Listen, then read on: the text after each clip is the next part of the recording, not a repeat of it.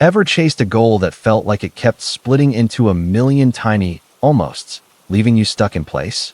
That's Zeno's dichotomy, motion's sneaky infinity. Quick vibe check. Where are you watching from? A sunny LA afternoon or a cozy London evening? What's the time there? Hit comments. Then let's unravel this ancient brain twist together. Imagine, if you will, sinking into that familiar nook by the fireside, where the world outside hums softly, but here, in this pocket of quiet, time stretches like a lazy cat in the sun.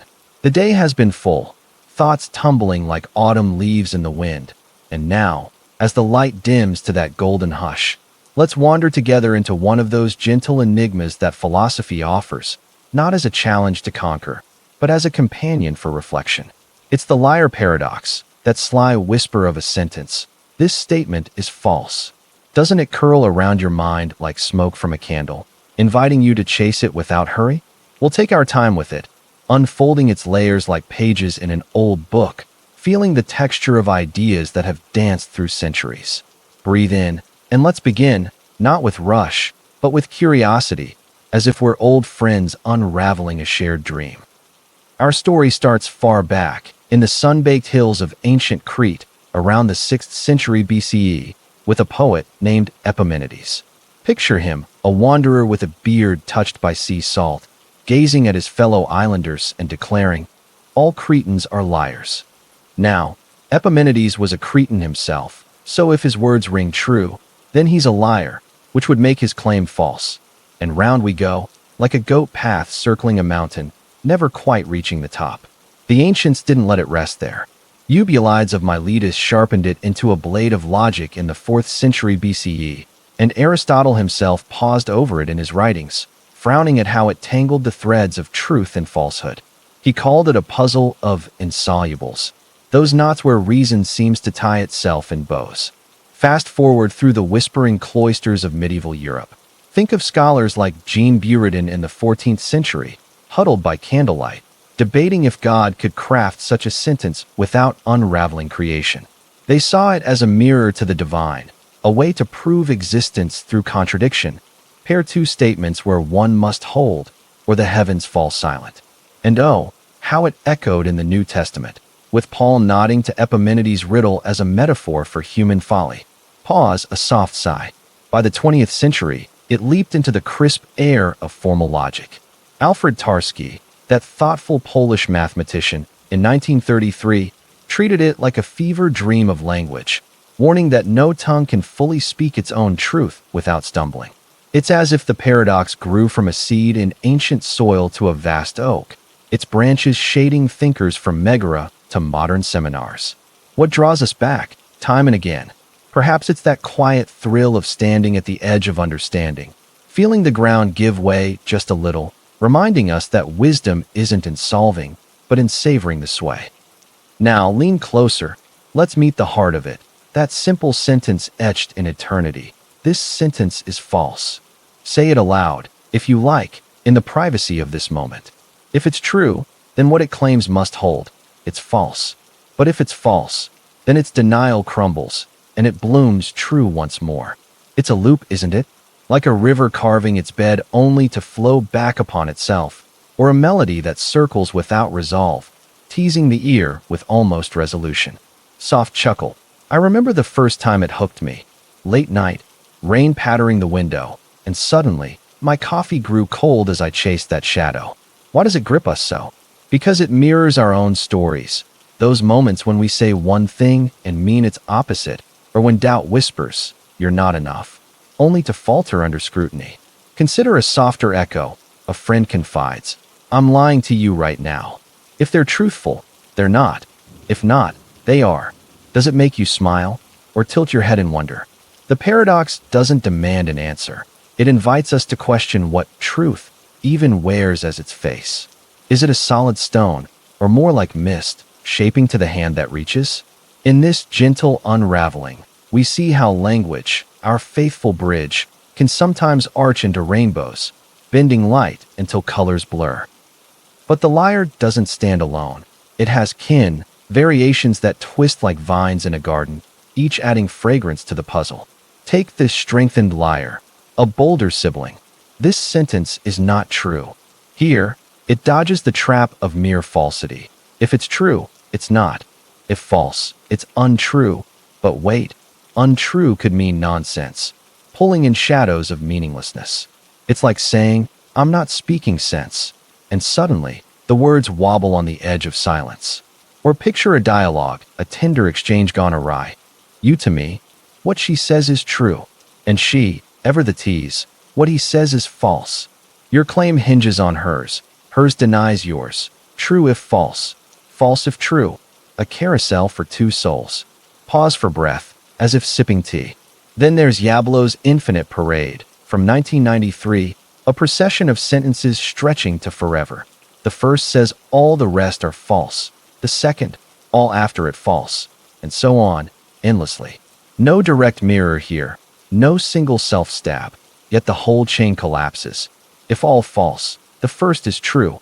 If the first true, all others false. But then the second claims the rest false, which holds, wait no, it spirals into the horizon, like stars wheeling without a center.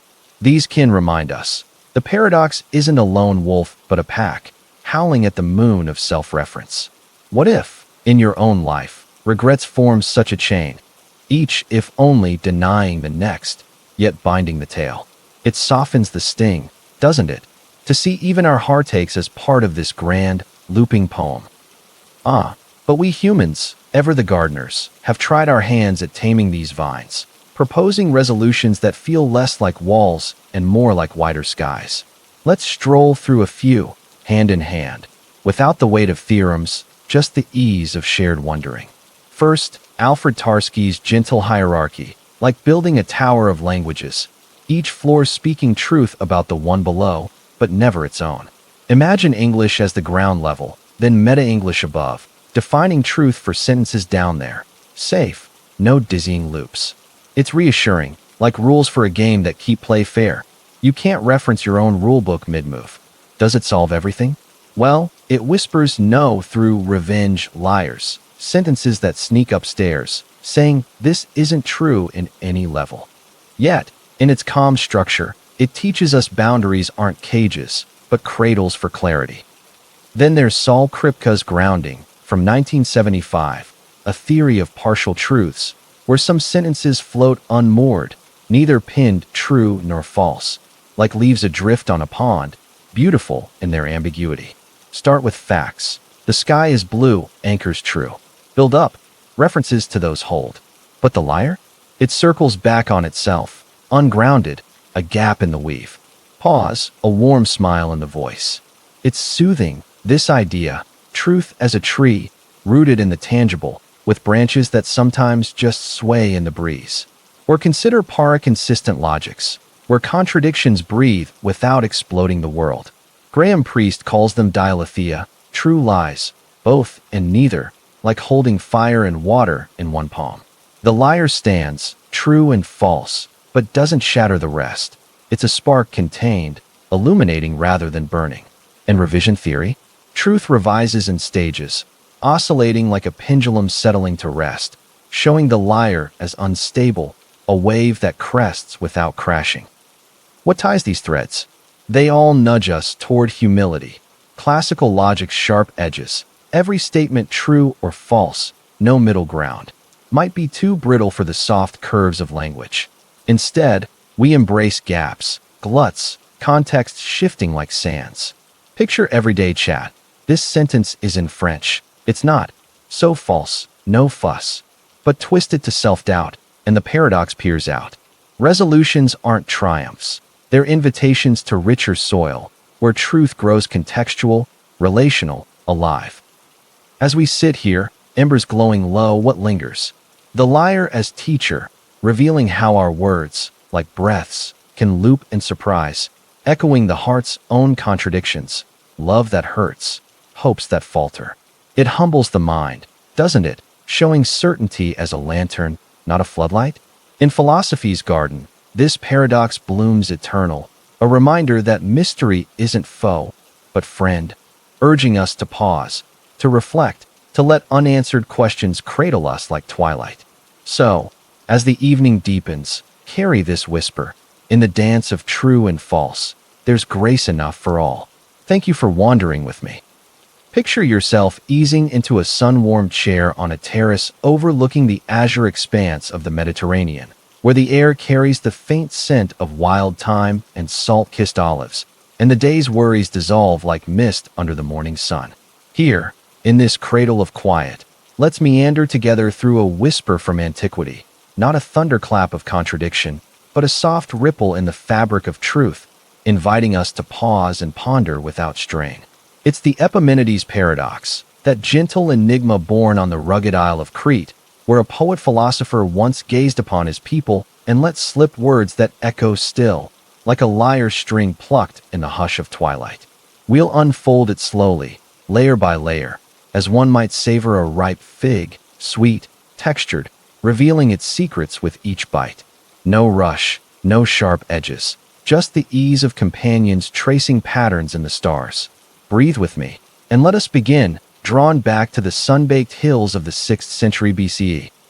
Our tale roots itself in the life of Epimenides, a figure woven from legend and lore, a Cretan sage said to have slept for decades in a cave, emerging with prophetic wisdom and a beard flowing like the island's ancient rivers.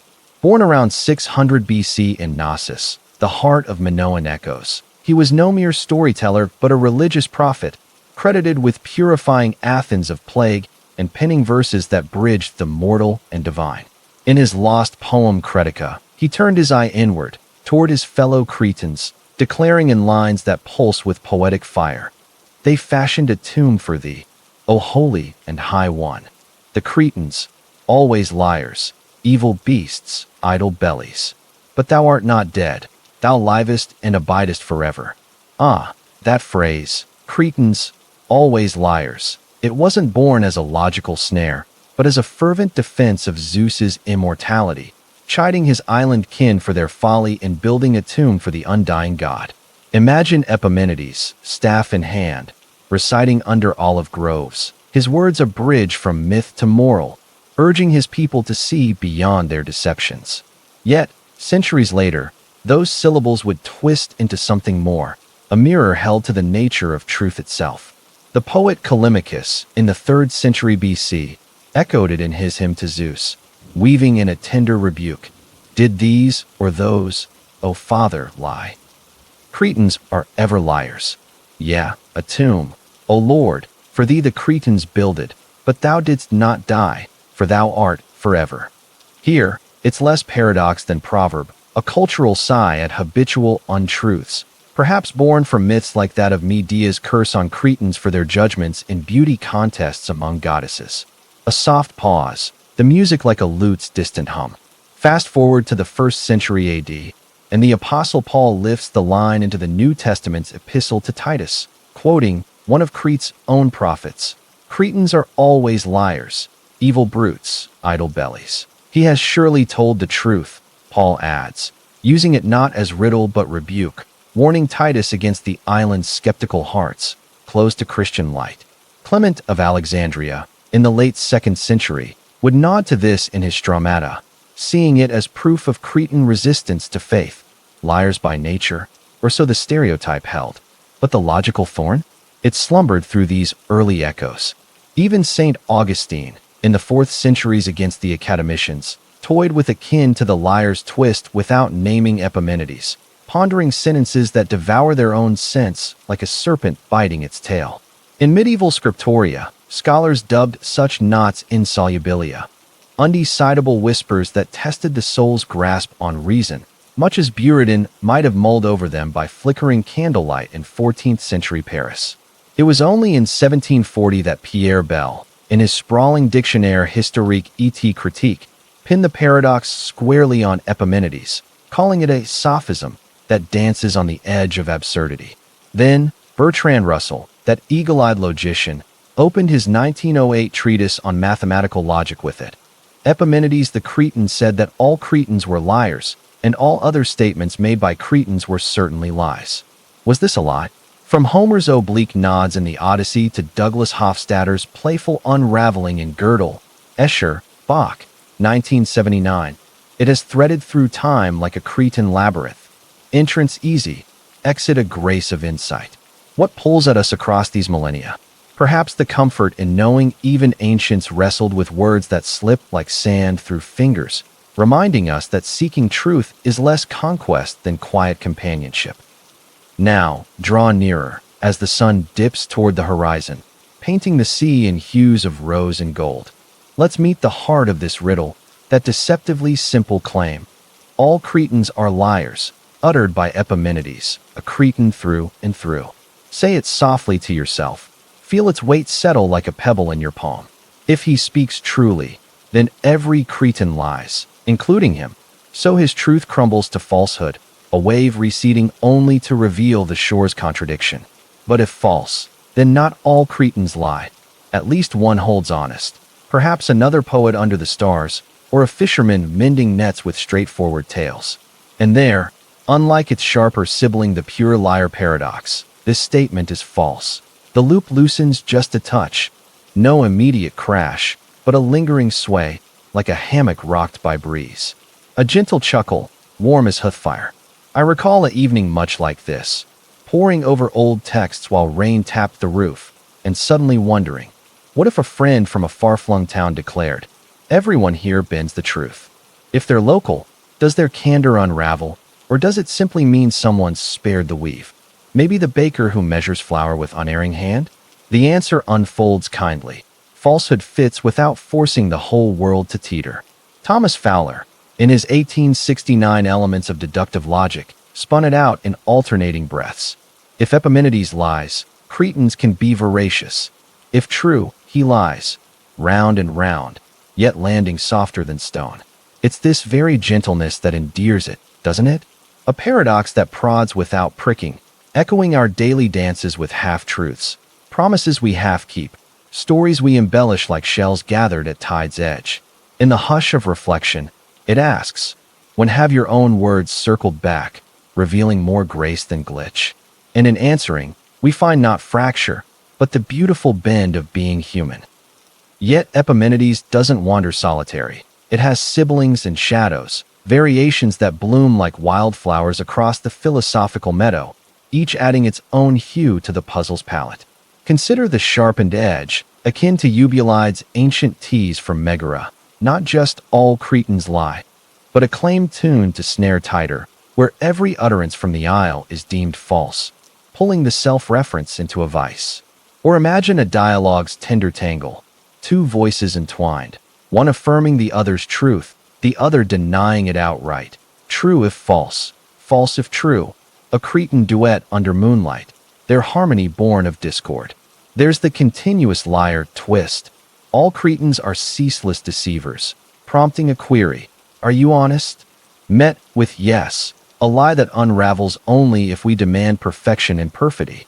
And in modern groves, Yablo's infinite chain whispers a cousin, an endless line of statements, each denying the truth of all that follow.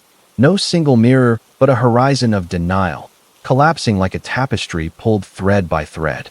Pause, as if tracing a finger along a map. These kin, from antiquity's agora to today's seminar rooms, remind us, paradoxes aren't isolated thorns, but a family of vines, climbing toward light, their tendrils touching regrets we chain. If only this, then not that, yet binding our stories into something whole. What if, in your quiet hours, a similar procession visits, doubts denying hopes, hopes eclipsing fears? It softens the soul, seeing them as echoes of Epimenides' verse, poetic more than perilous.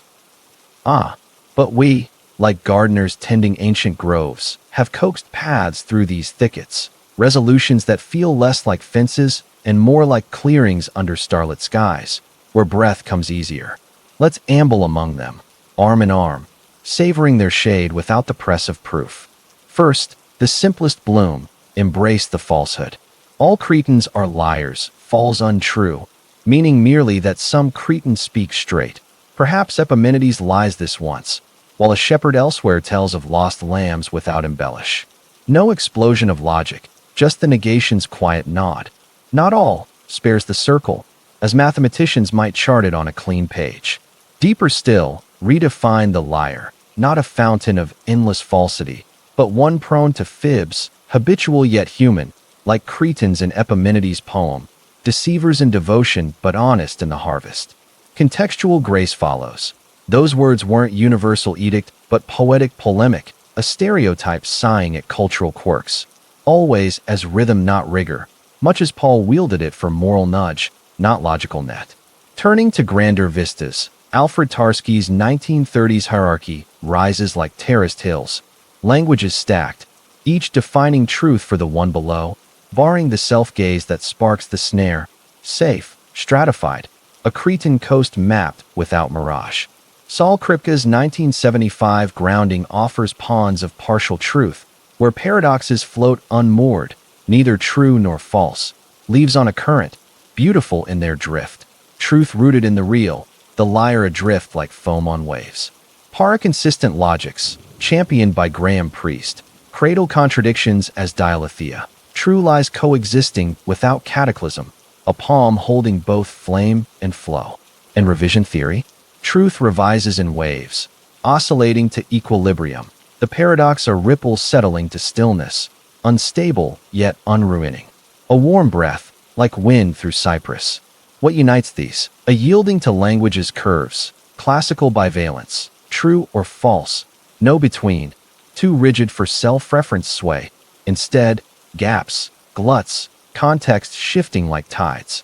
In daily light, it resolves. This tale is a Cretan lie. False, no fuss. But in heart's whisper, it lingers, teaching relational truth, alive as conversation. As twilight cloaks the terrace, embers of thought glowing faint, what remains? Epimenides as quiet guide, unveiling how words, like island winds, can loop and lift, mirroring our inner tides, loyalties that waver, wisdoms that weave contradictions into cloth. It humbles, yes, revealing certainty as lanterns glow, not suns blaze, and in that light, mystery becomes mantle, warm and welcoming. From Crete's eternal shores to your own reflective pause, this paradox blooms not to bewilder, but to befriend, urging us to cherish the unanswered, the beautifully bent. Thank you for this shared sojourn. May its echoes cradle your dreams. Picture yourself slipping into a quiet alcove in a grand old library, where towering shelves lean in like benevolent guardians, their spines etched with the quiet wisdom of ages, and the air holds the faint, comforting scent of aged paper and polished wood. The evening light filters through high windows and slanted beams, dusting motes of gold across the floor. And here, away from the clamor of certainties, we can linger with a puzzle that feels less like a storm and more like a leaf turning slowly in an autumn breeze. It's Russell's paradox, born in the gentle dawn of the 20th century, a whisper that shook the foundations of mathematics not with fury, but with the soft insistence of a question too elegant to ignore. We'll trace its path unhurriedly, like following a river's bend through misty valleys, savoring the views without the need to map every stone. No haste, no heavy tomes, just the warmth of shared curiosity, as if we're two souls by a hearth, piecing together a tapestry from threads of wonder. Breathe easy with me, and let us drift back to those early 1900s, when the world of numbers dreamed of perfect order. Our story unfurls in the crisp air of Cambridge, around 1901, with a young philosopher named Bertrand Russell, his brow furrowed not in frustration, but in that quiet thrill of discovery, much like a gardener spotting an unexpected bloom amid the rows. Russell, ever the seeker, was immersed in the grand endeavor to ground mathematics in unshakable logic, a project spearheaded by his elder, Gottlob Frege, whose Grundgesetzer arithmetic of 1893 laid out axioms as clear and serene as a mountain lake, promising to derive all numbers from pure thought. Frege's vision was a cathedral of certainty, sets as the building blocks, freely formed from any property, like gathering wildflowers into bouquets without limit. But as Russell pored over these volumes, a shadow stirred, a simple query that would ripple outward like a pebble in that lake, sending waves to lap at the shores of certainty. In a letter dashed off to Frege on June 16, 1902, Russell posed it plainly. Consider the set of all sets that do not contain themselves as members. Call it R, this gathering of the self-excluding. Now, does R belong to itself? If it does, then by its own creed, it shouldn't. A velvet glove turned inside out, revealing the unexpected lining. But if it doesn't, then it qualifies for inclusion, slipping back in like a secret shared in confidence. The loop closes softly, a Mobius strip of membership, neither in nor out, yet humming with possibility. Freya, upon receiving it, felt the ground shift. He added a somber note to his second volume's printing, acknowledging the very severe blow, his axioms adrift like sails in a sudden calm.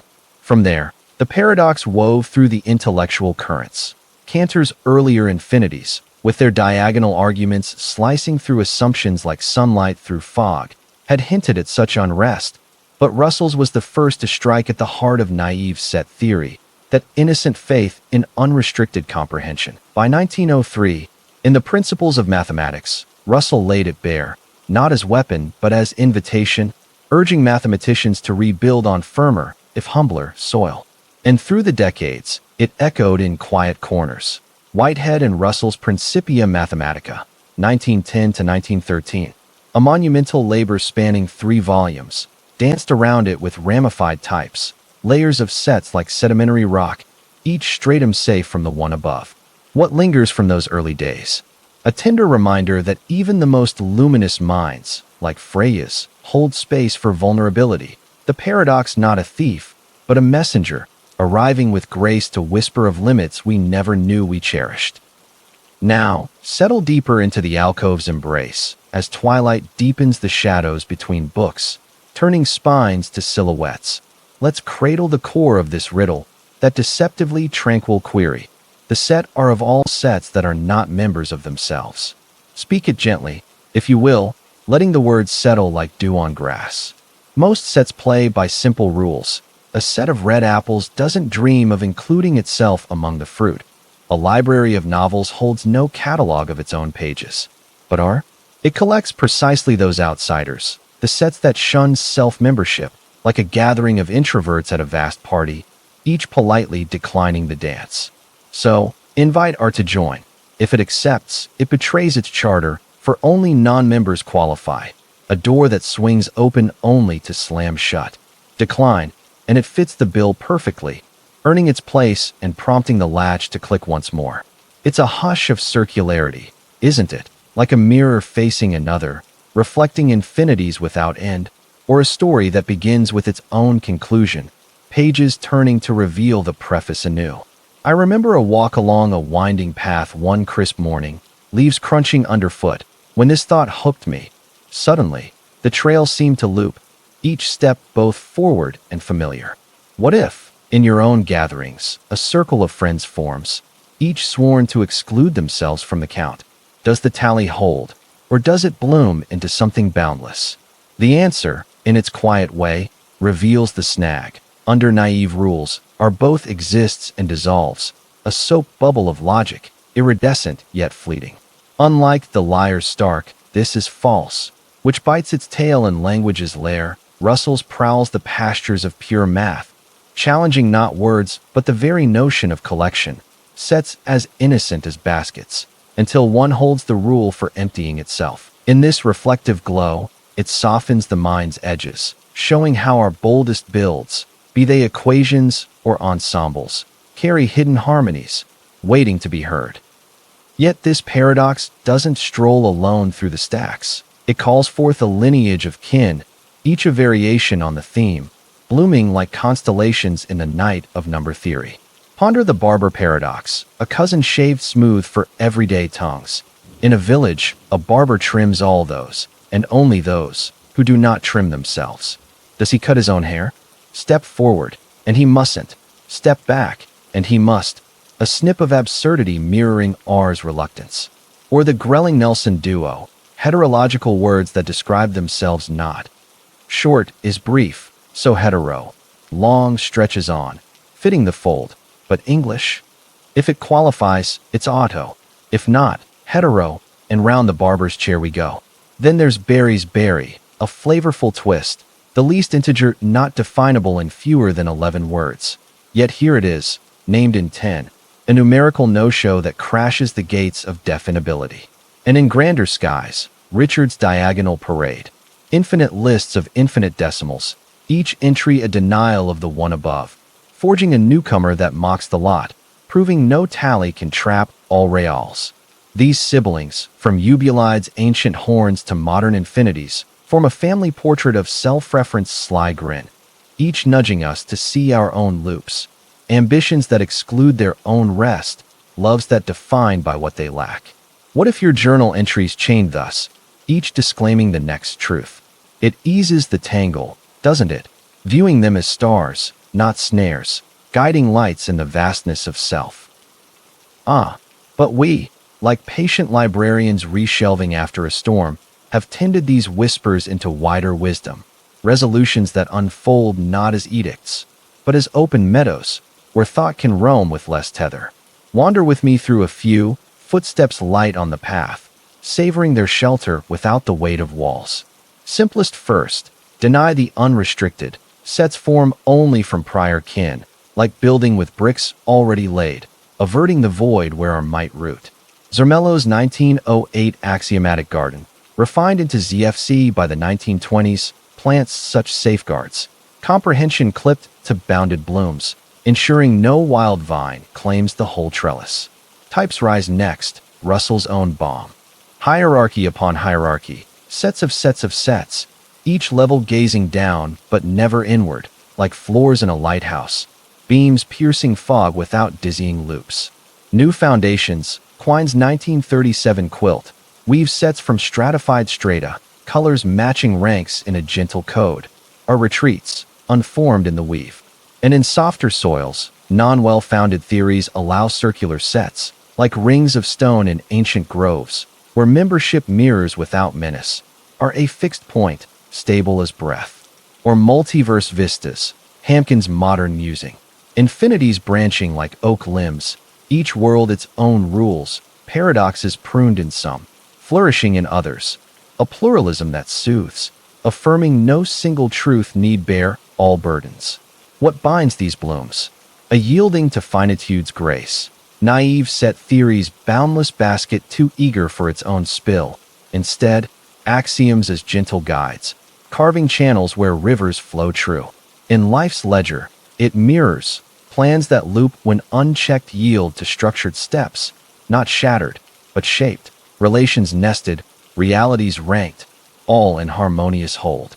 Picture a recipe book that lists only ingredients from earlier pages. No chaos, just the comfort of sequence, flavors unfolding in turn. As the library's hush deepens, lamps flickering low like fireflies in dusk, what settles in the quiet? Russell's paradox as humble herald, unveiling how our vastest visions, be they sets or dreams, whisper of boundaries not as bars, but as invitations to deeper design. It tempers the intellect, doesn't it, casting certainty as a lantern's steady beam, not a sun's unyielding glare, and in that tempered light, the unknown gleams as kin, warm and wondrous. From Freya's shadowed lake to your own alcove's peace, this riddle endures not to unsettle, but to uplift, urging us to embrace the elegant unset, the beautifully bounded. Thank you for this twilight traversal. May its echoes line your shelves, a quiet collection of grace. Picture yourself wandering into a sunlit study, where sunlight slants through half-drawn blinds like fingers tracing the spines of forgotten ledgers, and the air hums with the subtle rustle of pages turning in an unseen breeze. Dust motes drift lazily, caught in golden beams, as if time itself has paused to listen. And here, in this haven of hushed inquiry, we can ease into a riddle that feels less like a locked door and more like a key turning slowly in the lock of language itself. It's the Berry paradox, a whisper from the early whispers of modern logic, inviting us not to wrestle, but to wonder at the delicate dance between words and worlds. We'll meander through its folds gently, like strolling a garden path where each flower hides a secret petal, unfolding without force. No urgency, no tangled thorns, just the soft companionship of minds meeting in the afternoon's glow. Breathe in the scent of ink and possibility, and let us trace its origins back to the turn of the 20th century, when mathematics dreamed of naming the unnameable. Our gentle tale begins in the scholarly hush of Edwardian England, around 1908, amid the grand quest to tame infinity with tidy types. A time when Bertrand Russell, that luminous logician with a philosopher's heart, was reshaping the foundations of number like a cartographer redrawing maps under lamplight. The paradox bears the name of G. Barry, a humble librarian at Oxford's Bodleian, whose quiet suggestion in a footnote sparked this elegant unset. But it was Russell who breathed life into it. In his seminal paper, Mathematical Logic as Based on the Theory of Types, presenting it not as a barb but as a beacon, illuminating the shadows where language meets logic. Picture Barry, spectacles perched on his nose, pondering shelves of definitions, and murmuring, "What of the smallest positive integer not definable in fewer than 19 syllables?" The phrase itself clocks in at 18, soft, unassuming syllables that sneak past the gate they guard, claiming to describe a number too elusive for such brevity. Russell seized this, weaving it into his theory to guard against self-referential snares, much as one might fence a garden from wandering vines. It echoed earlier murmurs, Cantor's diagonals slicing through countable infinities in the 1890s, or Frey's axioms quivering under Russell's prior blow. But Barry's was a subtler stroke, aimed at the vagueness of definable, that slippery notion of what counts as a true naming. By the 1920s, it rippled into Wittgenstein's Tractatus, a philosophical prose poem where he pondered if such paradoxes dissolve when language finds its limits, like rivers meeting the sea. And through the decades, it nestled in text from Quine's wordy webs to Hofstadter's strange loops in Gödel, Escher, Bach, a recurring motif in the symphony of self-reference. What draws the eye across these years? Perhaps the quiet kinship it shares with our own namings, the labels we pin on dreams or doubts, only to find them fluttering free, reminding us that precision, like dawn light, reveals as much as it conceals. Now lean closer to the window's warmth, where the light plays across a scatter of notepads, each word a fragile bridge. Let's hold the heart of this enigma, that seemingly straightforward sentence, the least integer not nameable in under 11 words. Let the words roll off your tongue like pebbles into a still pond, watching the ripples spread. It promises a number so shy of description that no brief phrase can capture it. Yet here, in just 9 words, it unveils itself, a shy deer stepping into the clearing it vowed to avoid.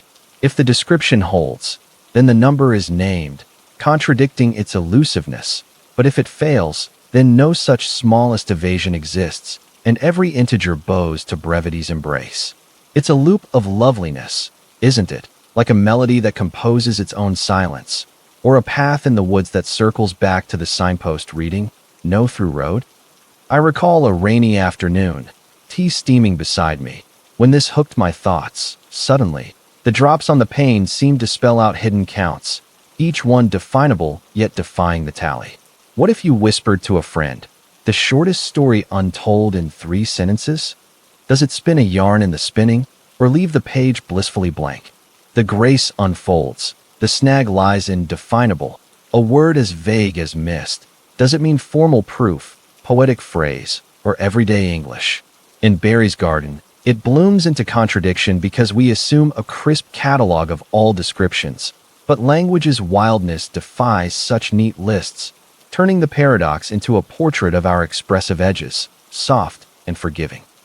Yet Barry doesn't linger in solitude. It summons a bouquet of brethren, each a petal in the paradox's posy, unfurling in the fertile fields of formal thought. Consider Richard's richer weave, from 1905, a diagonal dash through infinite lists of finite definitions. Enumerate all phrases naming reals, then craft a newcomer differing in the nth digit from the nth entry, a real unnamed, yet birthed by the very roster, mocking completeness like a guest uninvited to her own feast. Or the knower's not. This sentence is not known by anyone. True if unknown, false if grasped, a shadow play of epistemic evasion. Then there's the smallest number not describable in natural language, Barry's bolder kin, where English's vast vocabulary clashes with computability, echoing Turing's 1936 halts that question what machines and minds can truly tally. And in playful variants, swap syllables for symbols, the shortest Gödel number ungodable in under 60 bits, pulling computability's threads into the tangle. These relations, from ancient Sarites heaps eroding boundaries to modern multiverse musings, paint a family album of definability's dance, each reminding us of personal parallels, resolutions we deem unsolvable in few words, yet voiced in vulnerability's verse. What if your unspoken fears formed such a chain, each indescribable, ache named in the naming? It lightens the load, viewing them as kin to berries bloom, enigmatic yet endearing, vines that climb toward clarity's sun. But we, like tender curators of a word hoard, have coaxed clarity from these coils, resolutions that spread not as stern decrees, but as shaded arbors, where ideas rest without restraint. Stroll softly with me through their boughs, footsteps muffled on mossy ground, tasting their tranquility sans the strain of syllogisms. Gentlest first, question the quarry. Definable dissolves in ambiguity, a cloud word without edges. What qualifies as definition? A dictionary's dictate, a theorem's toil, or a storyteller's sigh? Without rigor, the paradox puffs away like breath on glass, leaving the pain clear. Deeper, draw Tarski's tears from the 1930s. Language is layered like sedimentary stone, object tongues speaking numbers, metal-airs judging truth, Barry's phrase, meta-mischief, barred from self-swoop, safe in stratified silence.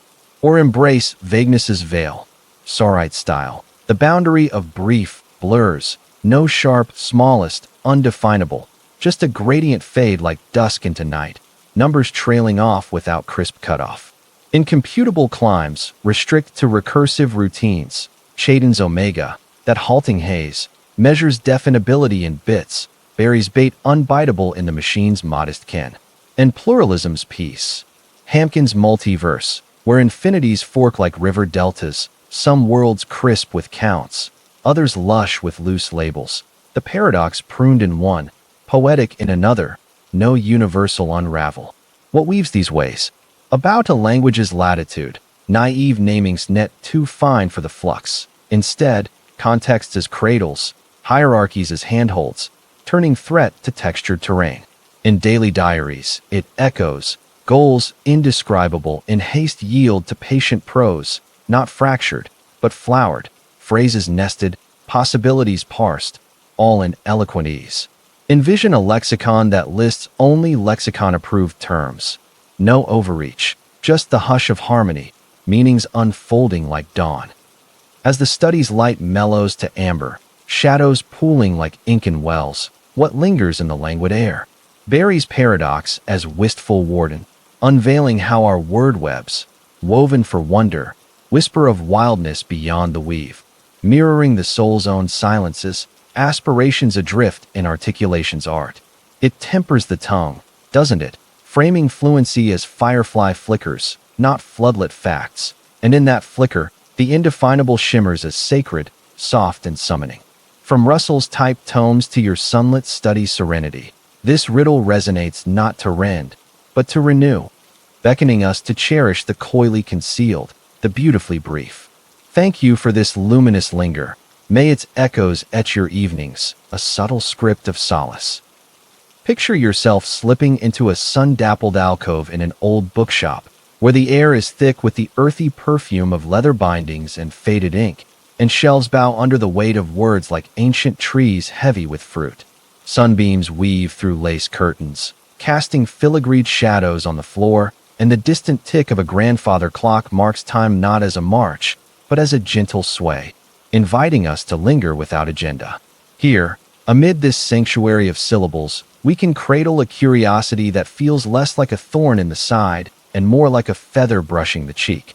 A linguistic lilt known as the grelling, Nelson paradox, born from the playful interplay of words and what they whisper about themselves. We'll wander its whispers unhurriedly, like tracing the curve of a riverbank with idle fingers, discovering bends without the pull of currents. No frenzy, no furrowed brows, just the easy rhythm of friends sharing a pot of chamomile, letting ideas steep softly. Breathe in the quiet, and let us ease back to the early whispers of the 20th century, when philosophy and language courted like stars aligning in a velvet sky. Our story stirs to life in the intellectual glow of Wilhelmine, Germany, around 1908, in the university halls of Göttingen, where young minds like Kurt Grelling and Leonard Nelson, both budding philosophers with a penchant for precision, tossed this riddle into the ring like a silk handkerchief, light yet lingering. Grelling, a student of the era's logical luminaries, and Nelson, his sharp-witted collaborator, weren't out to topple towers, but to tease the threads of meaning, publishing their musings in a modest note titled Bemerkungen zu den Paradoxien von Russell Yundi Barali 40. It was a footnote in the grander conversation sparked by Bertrand Russell's set-shaking paradox just years prior. Yet this one danced in the domain of descriptors, those adjectives that dress up nouns like tailors fitting a suit. Imagine them in a smoke-filled cafe, pipes curling lazily, sketching out the divide. Words that apply to themselves, autological ones. English spoken in English. Noun a noun indeed, or pentasyllabic, stretching over 5 soft beats. And their shy counterparts, heterological. Those that dodge their own gaze, like German uttered in French, or adjective failing to modify itself. Their gentle prod? Turned to heterological, itself, that very term for the self-shunners. Does it belong to its own club, or peek from the doorway? From there, the paradox unfurled like morning mist over the Elbe, picked up by Hermann Weyl in his 1918 lectures, who rechristened it in crystalline prose, and echoed in Rudolf Carnap's 1931 Explorations of Language's Limits, where he saw it as a siren song luring us to the shoals of semantics. Through the interwar years, it nestled in the Vienna Circle's debates, a quiet companion to the lyre's louder lament, and by mid-century, it bloomed in Quine's webs of reference and Hofstadter's halls of mirrors. Even today, in the digital hush of algorithms pondering their own prompts, it lingers like an old melody half-remembered. What tugs at the heart across these 100-odd years? Perhaps the solace in knowing that even our nimble tongues, tools of tower building, trip on their own laces now and then, reminding us that eloquence, like evening light, warms without wounding. Now, nestle deeper into the alcove's plush embrace, where a half-read volume lies open like an invitation. Let's cup the essence of this enigma, that beguiling binary of autological and heterological, and pose the pivotal query: is heterological? Let the words settle on your tongue like honeyed tea, warm and unassuming. Autological adjectives embrace their essence. Short is brief, a single snap. Polysyllabic sprawls across many murmurs. Vowel Y hums with its own open sounds. Heterological ones, though, turn away, long, drags on without length in letter. English might murmur in another tongue. Unhyphenated, bears its mark like a secret sigh. So, for heterological, that banner for the bashful, if it qualifies, then it describes itself precisely, slipping into autological's arms, a traitor to its tribe. But if it demurs, failing to fit its frame, then it embodies the evasion, proving heterological after all, a loop that latches shut once more. It's a waltz of words, isn't it? Like a shadow chasing its caster around a lamppost, or a note in a scale that harmonizes only by holding back. I cherish an autumn evening like this, leaves whispering secrets outside.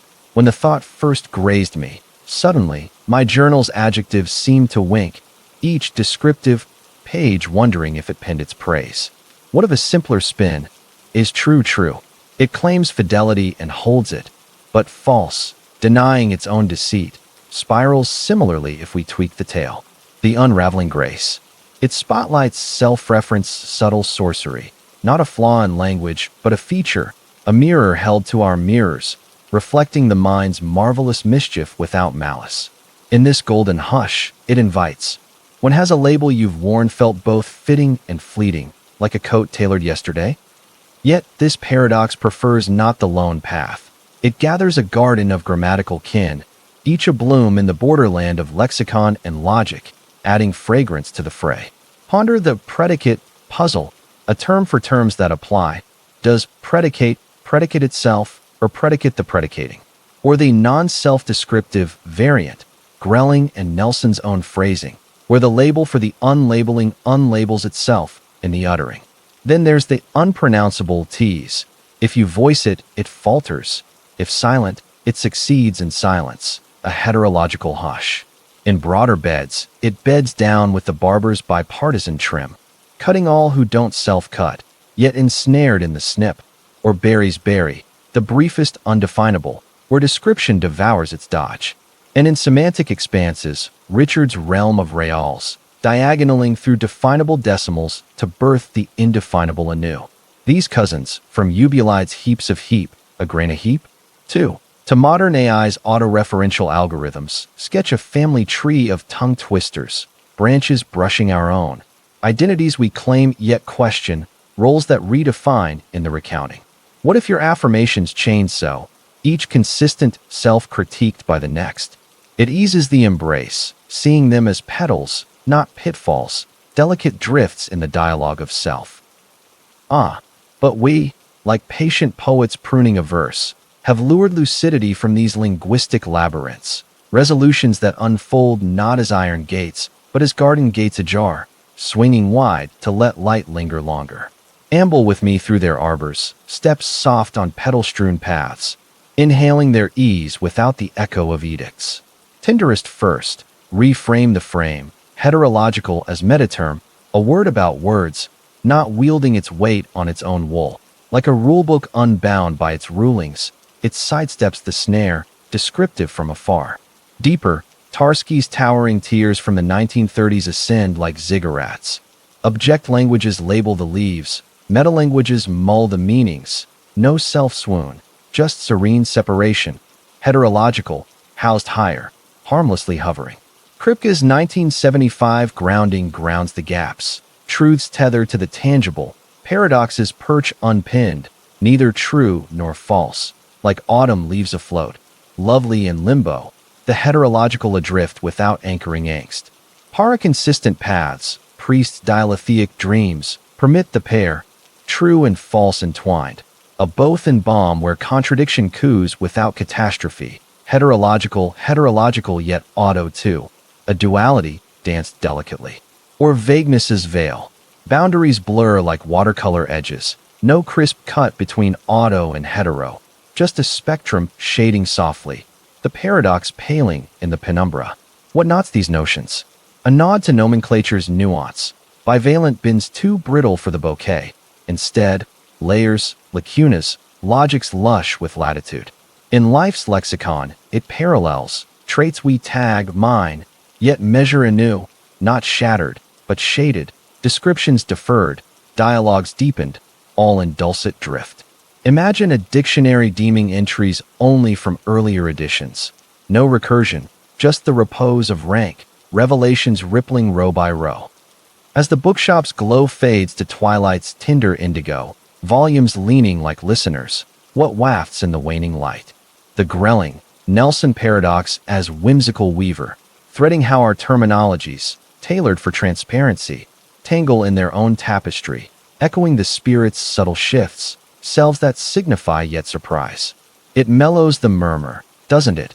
Molding mastery as moonlight's mosaic, not midday's stark sun, and in that mosaic, the mismatched gleams as gift, gentle and gleaming. From Girdingant's gaslit gatherings to your alcove's amber hush, this heterological hymn hums not to harry, but to harmonize, coaxing us to court the contradictory, the captivatingly coy. Thank you for this sylvan symposium. May its syllables soothe your slumbers, a sonnet of serenity. Picture yourself drifting into a tranquil conservatory, where glass walls frame a riot of ferns and orchids unfurling in the dappled light of a late summer afternoon, and the air hums with the faint, earthy breath of growing things, mingling with the subtle steam of jasmine tea cooling in porcelain cups. Vines curl lazily along wrought iron frames, casting lace-like patterns on the tiled floor, and here, insulated from the world's hurried cadence, we can settle into wicker seats that sigh under our weight, allowing thoughts to bloom without the prod of precision. It's Richard's paradox, a delicate antinomy from the dawn of modern mathematics, less a thunderous clash, and more a silken thread pulled taut between the poetry of words and the precision of numbers, inviting us to trace its weave without tugging too hard. We'll saunter through its story slowly, like following a woodland stream that meanders through mossy banks, pausing at each bend to admire the play of light on water. No clamor of contradiction, no stern summons to solve, just the gentle camaraderie of kindred spirits, unraveling a riddle over shared sips, letting insights settle like pollen on petals. Breathe in the verdant hush, and let us wander back to the scholarly salons of early 20th century France, where equations whispered secrets to sentences. Our narrative takes root in the elegant ambiguity of 1905. In the pages of a modest journal, Revue Générale des Sciences Pures et Appliquées, where Jules Richard, a thoughtful mathematician with a philosopher's ear for nuance, unveiled this enigma in his essay Les Principes de Mathématiques et le Problème d'ensembles. Richard wasn't storming the gates of logic, but pondering a quiet conundrum. How might the fluid tongue of everyday language capture the infinite expanse of real numbers, those endless decimals dancing between 0 and 1? Born in the shadow of Cantor's revolutionary insights on uncountable infinities, those diagonal arguments from the 1890s that sliced through assumptions like sunlight through morning fog, Richard sought to bridge the chasm between verbal elegance and numerical rigor. Imagine him at a cafe table in Paris, quill scratching against paper amid the clink of absinthe glasses, sketching lists of phrases that conjure reals, the square root of 2 minus 1, yielding a tidy 0.414, or pi divided by 4, spinning out 0.785398. In hypnotic rhythm, his paradox emerged not as accusation but as invitation, a mirror held to the marriage of math and metaphor, revealing cracks where clarity frays. It rippled outward softly, influencing the cloistered corridors of Göttingen and Vienna, where logicians like David Hilbert and Rudolf Carnap mulled its murmurs in the 1910s and 20s. By 1931, Kurt Gödel, that reticent genius in the Alps, nodded to it in his epical paper on incompleteness, dubbing it a semantical analog to his syntactical bombshells, proofs that formal systems harbor truths they cannot touch, much like a hand unable to grasp its own wrist.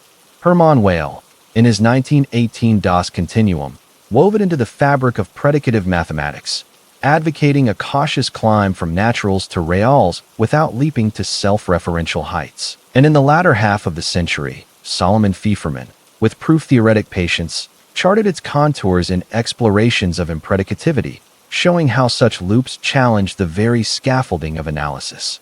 Through world wars and wonder years, from Russell's typed tomes to Hofstadter's Hall of Mirrors musings in the 1970s, Richard's whisper endured, a perennial petal in the garden of antinomies, reminding us that even in the orchard of absolutes, fruits ripen with unexpected flavors. What echoes through these eras? A soothing solidarity.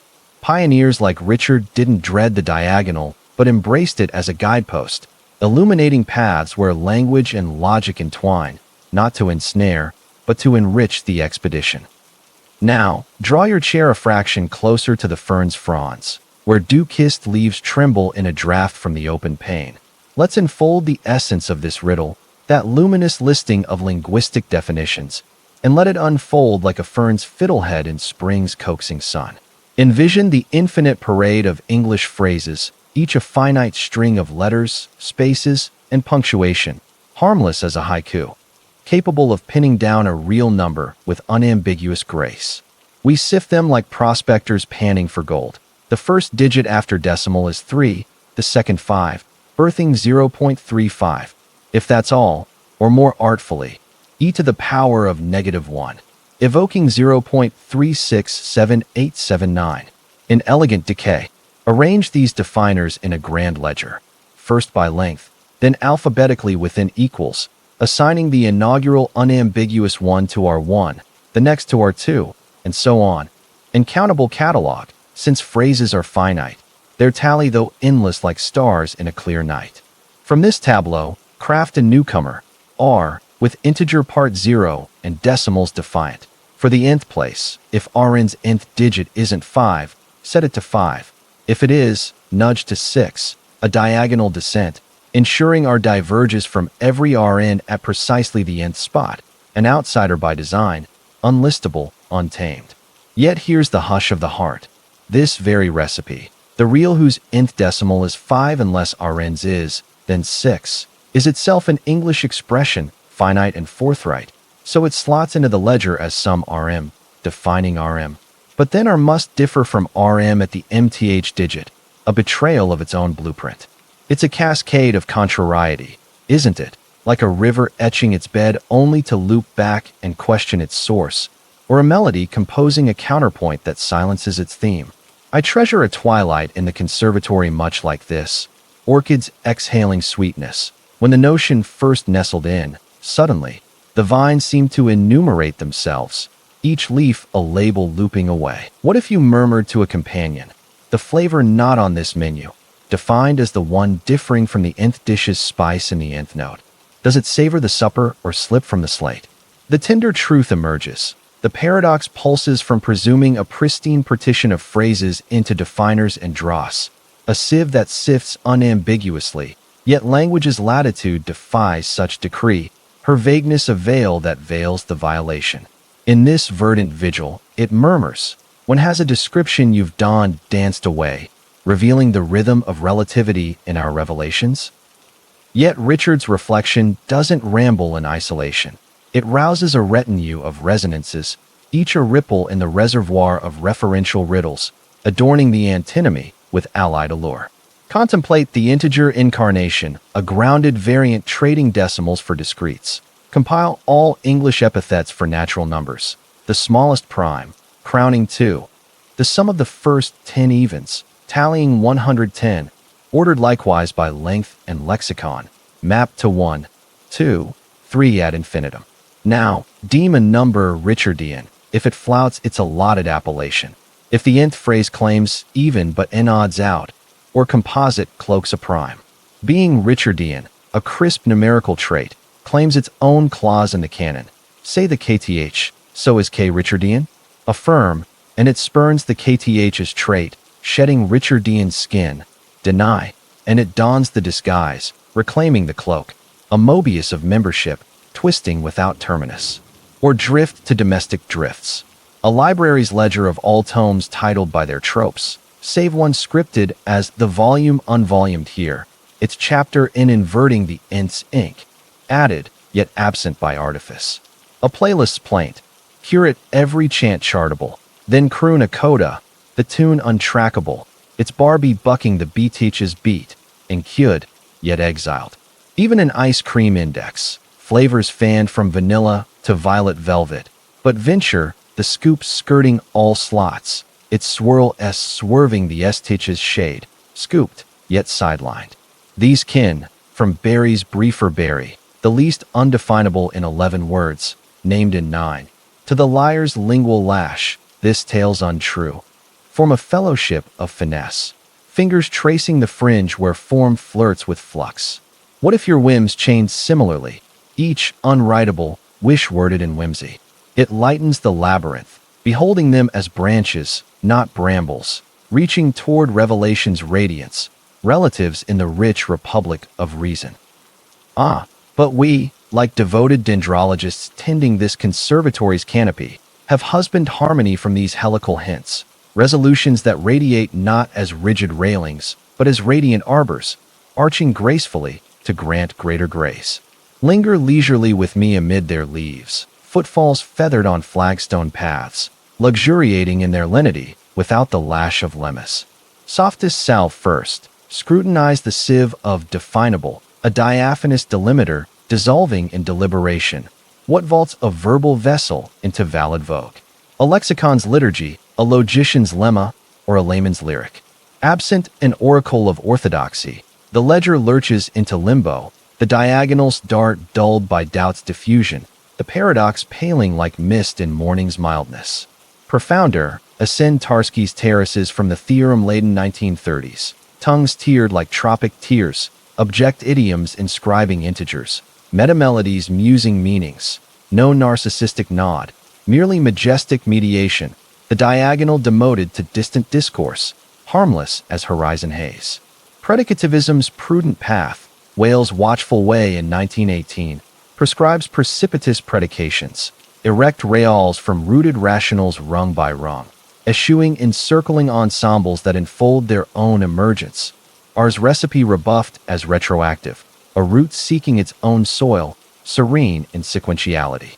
Gödel's gleanings in 1931 graft incompletenesses graft, systems self-contained harbor hollows, truths tantalizingly tangential, the tally of talkables truncated by Turing's 1936 halts, where decidability dances on undecidable digits. Or pluralism's placid panorama, multiverses meandering like mangrove mazes, Hampkin's horizons where some realms reap reals rigorously, others revel in rhetorical reams, the paradox pruned in one thicket, proliferating in another, no monolithic mandate marring the mosaic. What weds these wisdoms? A warm welcome to wording's whimsy. Naive nomenclature's net too narrow for the nebula. Instead, stratagems as scaffolds, strictures as salves, transforming tangle to textured tapestry. In intimate inscriptions, it intimates. Aspirations unutterable, in urgency unfold in unhurried utterance. Not fractured, but fanned, phrasings phased, potentials parsed, all in pacific progression. Conjure a codex cataloging clauses only from antecedent annals. No rebound, merely the respite of recursion's restraint, riddles resolving ripple by ripple. As the conservatory's canopy catches the crimson of crepuscule, petals paling to pearl in the parting sun, fronds folding like faithful friends bidding adieu, what wafts in the waning warmth? Richard's paradox as radiant raconteur, recounting how our rhetorical realms, rigged for revelation, ripple with recondite reaches, mirroring the mind's meandering margins, musings that multiply in the mirroring. It mollifies the marrow, doesn't it? Modulating mastery as moonbeams murmur, not meridian's merciless blaze, and in that murmur, the mismatched manifests as muse, mild and mesmerizing. From Richard's rueful reverie in 1905 to your conservatory's closing calm, this diagonal dream drifts not to disquiet, but to delight, entreating us to esteem the elusive, the enchantingly evasive. Thank you for this sylvan symposium, this shared sojourn through syntax and shade. May its echoes embellish your evenings, an evergreen elegy of ease. Picture yourself ascending the spiral stairs of an ancient observatory, where the dome arches like the vault of heaven itself, admitting slivers of starlight through a half-open oculus, and the brass telescope stands sentinel, its lens polished to a whisper against the chill of cosmic contemplation.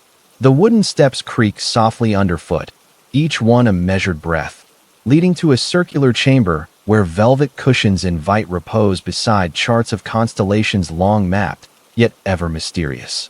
Here, far from the clamor of clocks and calendars, we can recline against the cool stone wall, a lantern's glow casting elongated shadows that dance like forgotten comets, and allow the mind to orbit a puzzle as vast and velvety as the night sky.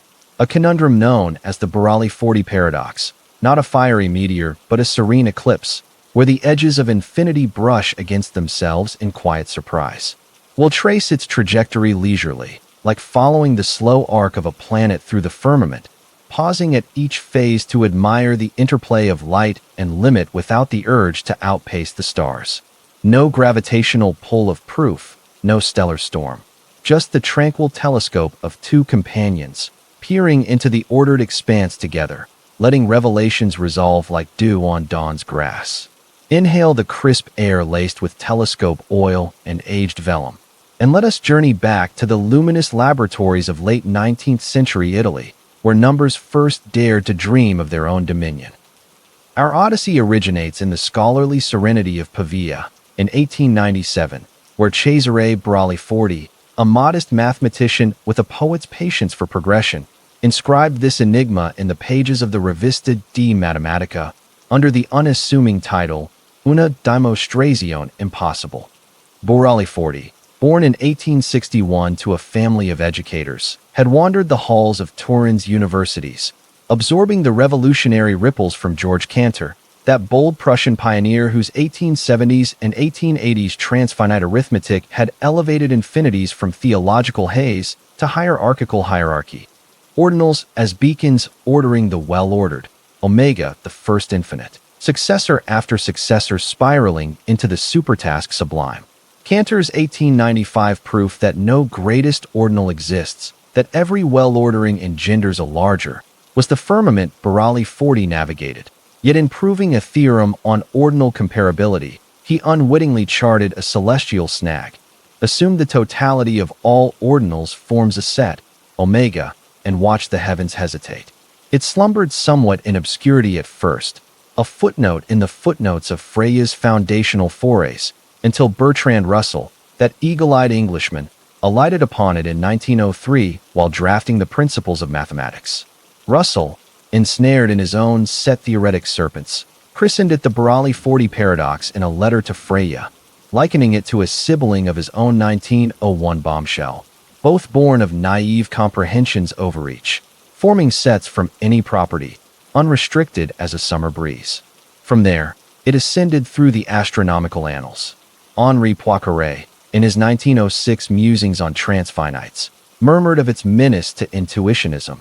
Alan Turing, decades later in his 1937 Computability Cradle, nodded to its ordinal obstacles.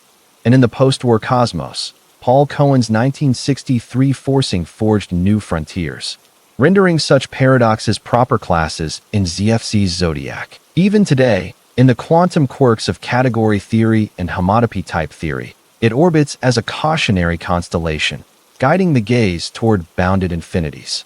What resonates across these resolute revolutions? A comforting concordance. Visionaries like Burali 40 didn't court catastrophe, but cultivated clarity, their paradoxes as polar stars, steering from the shoals of assumption towards safer stellar seas. Now, tilt the telescope's eyepiece toward the heart of the heavens, where the dome's aperture frames a velvet void pricked with ordinal points. Let's align our lens on the luminous line of this antinomy, the supposition of omega, the class of all ordinals, and watch its well-ordering weave its own undoing. Ordinals, those gentle guardians of sequence, extend the naturals beyond countable comfort. Zero the origin, one its heir, omega the whisper of wholeness enfolding evens and odds in eternal embrace. Then omega, plus one a step beyond, branching into limit and successor like rivers reuniting in delta dreams. Assume, in the hush of naive set theory, that these ascend endlessly yet assemble into a set omega, transitive and totally ordered by inclusion, every proper initial segment yielding a lesser ordinal. By definition's dawn light, omega inherits the order type of the ordinals it ordains, well-ordered, unending. Thus omega is ordinal itself, a member of its own membership, inscribed in the index it indexes. But membership mandates measure. If alpha is an element of omega, then alpha, omega, the container cradling its contents in strict supremacy. Hence omega, a stellar stutter where the sphere swallows its own shadow, the sequence surpassing its sum. It's an eclipse of elegance, isn't it? Like a clock hand circling to lap its face, or a mountain peak peering into its reflection only to find the summit submerged. I hold dear a midnight in an observatory akin to this, the oculus open to Orion's belt. When the idea first flickered, suddenly, the stars seemed stratified, each constellation claiming kinship with the canopy, yet yielding to the yet vaster vault. What if you pondered a procession of peaks, each the pinnacle of all prior? Does the pantheon of pinnacles perch atop itself, or plummet into the paradox? The serene solution surfaces, the assumption of totality topples, for no such set endures. Omega endures as proper class, a celestial chorus without choral closure, harmonious in its horizonless hymn. In this stellar sanctuary, it soothes. One has your own hierarchy, ambitions ascending, achievements arrayed, hinted at horizons beyond hoarding, urging embrace of the endless without enclosure. Yet Burali 40's beacon doesn't blaze solitary in the biosphere. It beckons a brotherhood of boundless brethren, each a binary star in the binary of boundedness, illuminating the interstices of iteration and infinity. Envision the ordinal of all ordinals in its generalized guise, shorn of von Neumann vestments. The order type of the ordinal less than omega is omega by totality, yet the type of the type should trail its trailblazer, a tail wagging the topology into torsion. Or the greatest well-ordering, a variant veiled in vagueness. If every well-ordering omega admits omega, then the supremum set S of all such should supremely order itself, but its type transcends its tally, a throne toppled by its tiara. Kin to Russell's relational rift, the set are of non-self members, rebelling against its roster. Yet Borali 40's blooms in the bouquet of order, where Cantor's continuum cardinals cascade similarly. No largest cardinality, lest the power set propel past. There's Miramanov's 1917 mantle, mantling ordinal mischief with membership's maze, predicating sets from prior predicates to prune the paradox. And in playful peripheries, the longest finite sequence, a terrestrial tease, compile all finite strings, then concatenate to craft a contender longer than all, looping the lexicon into limbo. These affiliates, from Zeno's zenithless zeniths, Achilles ever after, to modern multiverse meanderings where ordinals orbit in alternate axioms, compose a cosmic clan, constellations charting the chartless. What if your endeavors echoed so, each ultimate undertaking upended by the ulterior? It alleviates the ascent, appraising them as asteroids, not abysses, trails in the tapestry of transcendence, relatives in the radiant realm of recursion. But we, like vigilant astronomers adjusting apertures for clearer cosmos, have honed horizons from these helical halos, resolutions that radiate not as rigid radii, but as radiant radii, revolving gracefully to reveal richer realms. Peer patiently with me through prisms of possibility, gazes grazing galactic gradients, gleaning their glow without the glare of geometry. Mildest meridian first, embrace the expanse as class, not set. Omega a proper class in Zermelo's 1908 axiomatic zodiac, Frankel's refinements, and ZFC's choice charter, where comprehension contracts to comprehensible chunks, no universal urn appending the urnful. Types temper the telescope next, Russell and Whitehead's 1910 to 1913 Principia stratifying scopes, ordinals ordained in orders, each echelon eyeing inferiors sans self-scan, like library levels labeling lower ledgers, the totality tiered into tranquility. Predicativism's prudent patrol, Poincaré and Wales' wary watch in the 1900s, predicates progress piecemeal, ordinals oiled from Omega's offspring onward, impredicative inclusions interdicted as illusory infinities, a scaffold stepped sans self-support. New Foundation's novel nebula, Quine's 1937 quilt quasi-equiconsistent with an F, fashions order types as equivalence orioles of well-orderings. The ordinal omnibus a bona fide bundle, paradox pruned by partition's piece, though Rosser's 1942 riposte revealed rents, Quine's quilt endures equanimous. Or non-well-founded novelties. Axel's 1988 anti-foundation axiom allowing anti-ordinals, loops luminous in their latency, where Omega orbits as fixed point, stable as satellite. Pluralism's panoramic piece, multiverses multiplying like Milky Ways, some stratified strictly, others swirling with sets supreme, the paradox particular to paradigms, no panopticon paradox plaguing the plurality. What weds these wavelengths? A welcoming wave to well-order's whimsy, naive nestings net too nebulous for the nexus. Instead, axioms as astrolabes, stratagems as sextants, transmuting turmoil to translucent tapestry. In introspective itineraries, it intimates, legacies limitless, in longing layer into legacies lived, not lacerated, but luminous, sequences sequenced, supreme suggested, all in sidereal serenity.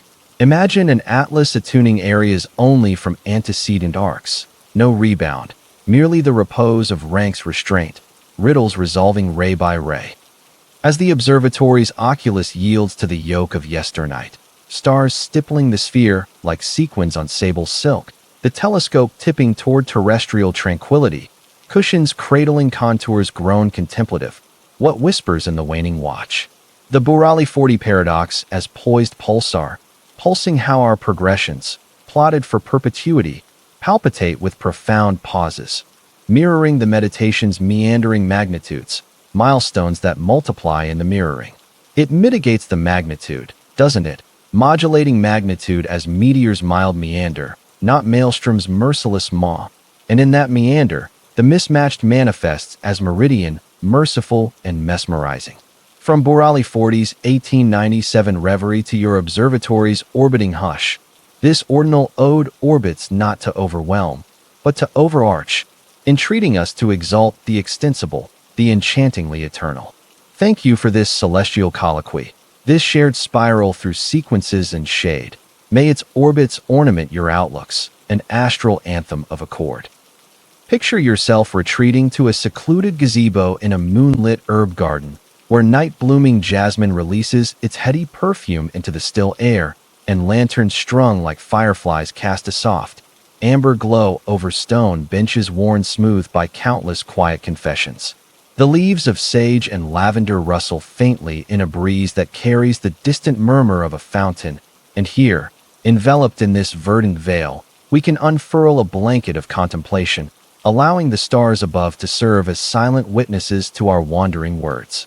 It's Curry's paradox, a subtle sorcery of sentences from the mid-20th century, not a roaring gale, but a zephyr that stirs the embers of inference, revealing how a whisper of self-reference can summon storms from serene skies, or so it seems.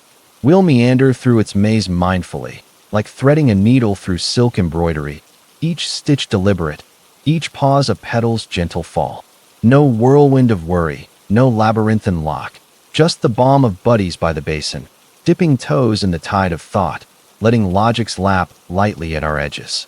Inhale the herbal hush, and let us drift back to the contemplative cloisters of 1940s America, where formal systems first flirted with their own fragile finesse. Our fable finds its footing in the unassuming elegance of Haskell Curry's 1942 treatise, The Formalism of Logic, where this eponymous enigma emerged not as a deliberate dagger, but as a delicate discovery amid his explorations of combinatory logic, a mathematical meadow where functions frolic freely, unbound by variables' vanity. Curry, born in 1900 to a Quaker family in Pennsylvania, had apprenticed under the austere arches of Princeton and Harvard, his mind a millstone grinding the grains of Gödel's incompleteness into finer flour, pondering how proofs propel from premises in the pure play of symbols. Yet the paradox's prelude predates his pen. Echoes resound in Raymond Smullyan's 1940s riddles and Arthur Pryor's audacious 1961 Proof of the Existence of God, where he wielded a Curry-like clause to conjure divinity from deduction. If this sentence is true, then God exists, a theological tease that tickled theologians and logicians alike. Pryor, that puckish New Zealander, saw it as a spotlight on contractions cunning, the inference rule that condenses a B to a B, a shortcut in syllogistic strolls. By the 1950s, it infiltrated the ivory towers of Oxford and Amsterdam, where Martin Loeb refined it into his eponymous theorem, proving that a system strong enough to affirm its own consistency can affirm any sentence via such self-sanctioning seeds.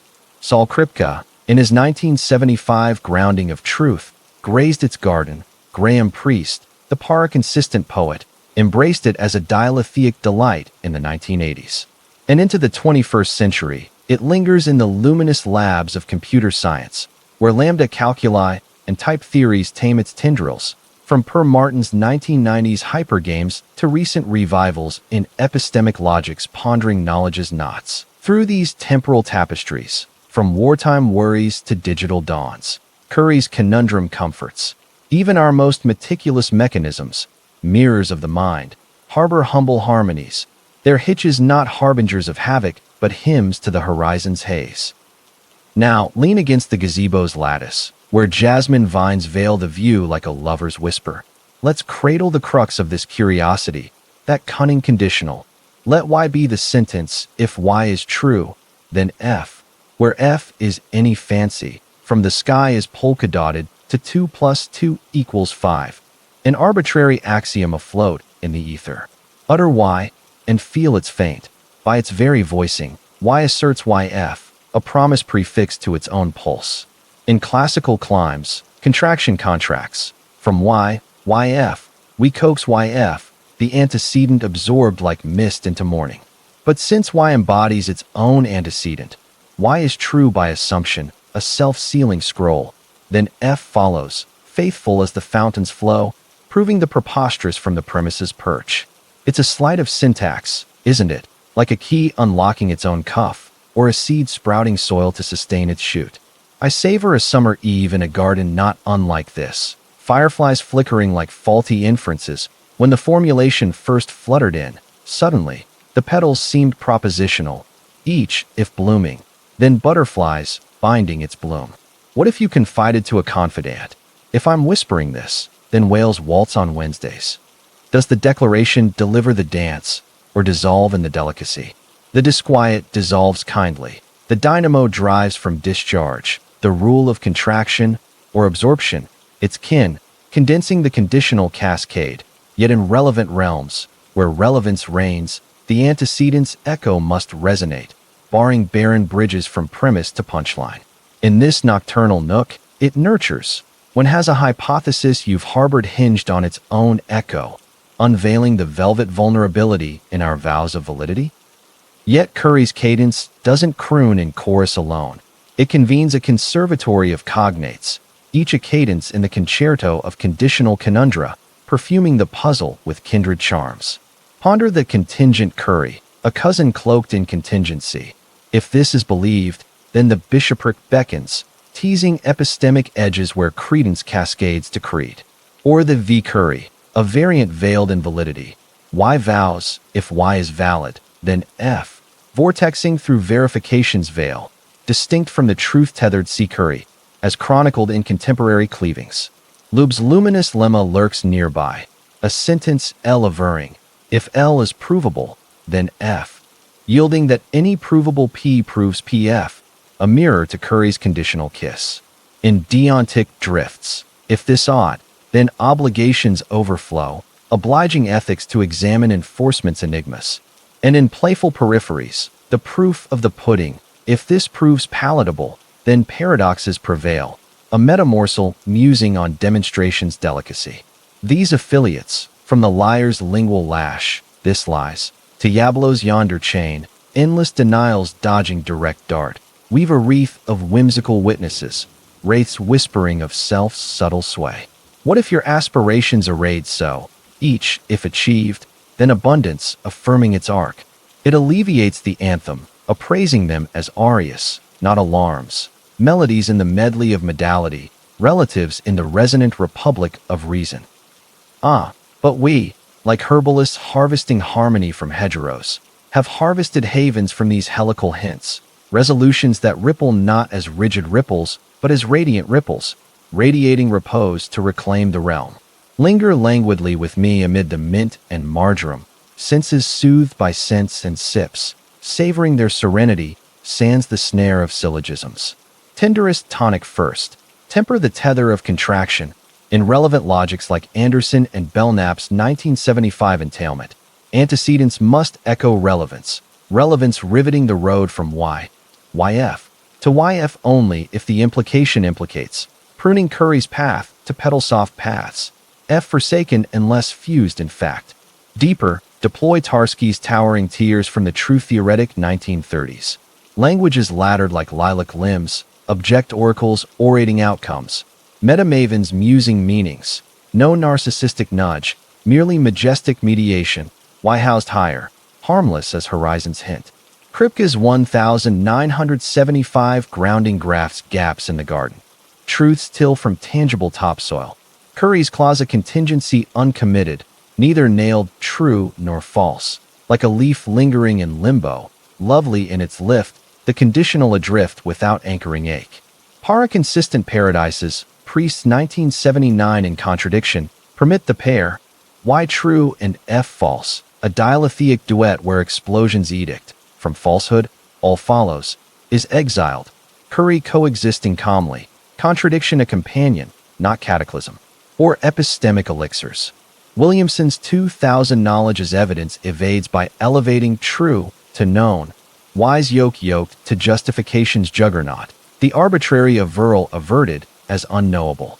Pluralism's placid posy blooms beside, multiverses meandering like moon gardens, some stratified strictly with contraction curtailed, others swirling with substructural logic sans suffixing, Curry clipped in one, caressed in another, no monolithic malaise marring the mosaic.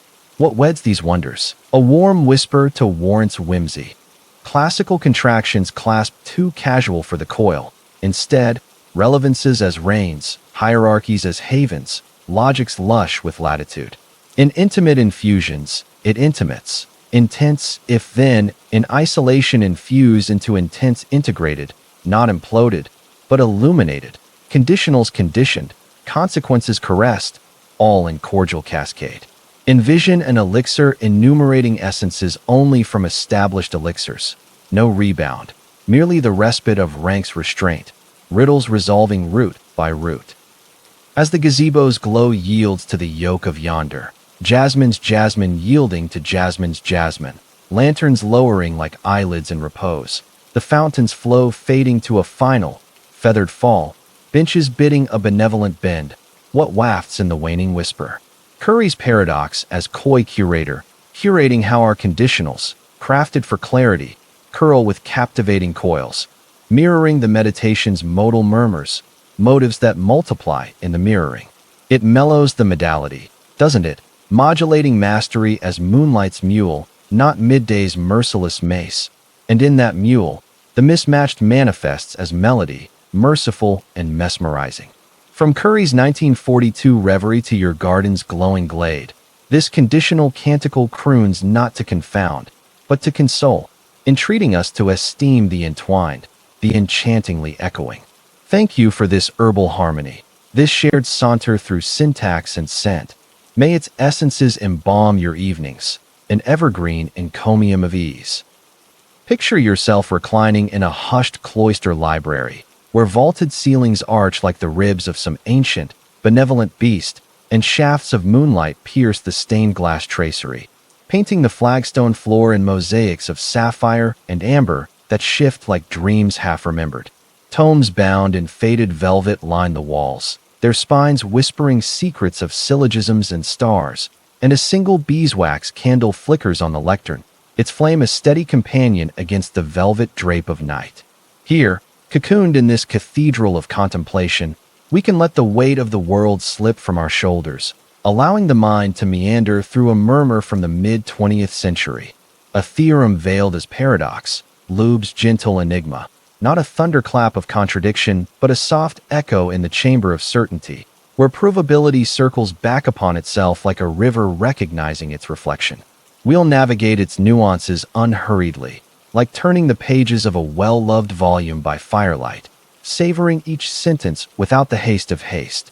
No labyrinth of lemmas, no stern summons to scrutiny, just the serene symposium of souls side by side, pondering proofs over imagined infusions of elderflower cordial, letting insights infuse like herbs in hot water.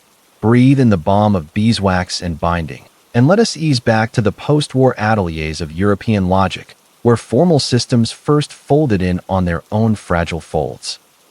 Our chronicle commences in the contemplative calm of 1950s Amsterdam, where Martin Hugo Loeb, a meticulous mathematician with a migrant's quiet resolve, born in 1921 to Jewish parents in Berlin, fleeing the shadows of the Reich to the Netherlands in 1933, unveiled this understated unveiling in his doctoral dissertation under the watchful eye of Arndt Hating, the intuitionist sage. Loeb's theorem, as it came to be etched, arose not from a quest for quarrel, but from a quest to quantify the quagmires of Gödel's 1931 incompleteness revelations, those seismic shifts that showed formal arithmetic like pianos, PA, as a house of cards both sturdy and sieve-like, capable of cradling truths yet blind to its own consistency. Building on the modal musings of provability logic, a nascent nebula where the diamond operator phi signifies phi is provable, Loeb posited a principle as deceptively simple as a sonnet. If the system proves PP, that is, if P's provability implies P's truth, then it proves P outright. It slumbered somewhat in scholarly seclusion at first, a sidelong glance in the annals of the Journal of Symbolic Logic, until George Bullows, that luminous Harvard logician in the 1970s and 80s, spotlighted it in his crystalline The Logic of Provability, transforming it from theorem to touchstone. Bullows, with his penchant for puzzles presented as bedtime stories, wove it into the warp of GL, the grand provability logic forged from modal K, forelaced with Loeb's axiom, PP, P, a rule rendering the system self-similar in its scrutiny. Echoes resound earlier. In Raymond Smullyan's 1940s Slights and Arthur Pryor's 1961 Theological Tease, a curry-kissed clause conjuring deity from deduction, yet Loeb's lent it rigor, a bridge from Curry's conditional cascade to Gödel's second shadow, set P to falsehood uptack, and the theorem topples consistency's claim, proving PA cannot affirm its own soundness without unraveling through the Cold War's cerebral corridors and into the computational constellations of the 1990s, where Harvey Friedman and Solomon Fieferman fine-tuned its fringes, and beyond to today's type-theoretic tapestries in homotopy and homotopy. It endures, a perennial prism refracting reason's recursive rays. What lingers across these layered legacies? A tender truce. Trailblazers like Loeb didn't dread the diagonal, but dignified it as dialogue, their declarations as dovecots, homing the heart toward humbler horizons of knowing. Now, draw your shawl a shade closer to the candle's caress, where the flames flutter fashion's phantoms on the vellum. Let's enfold the essence of this echo, that elegant entanglement.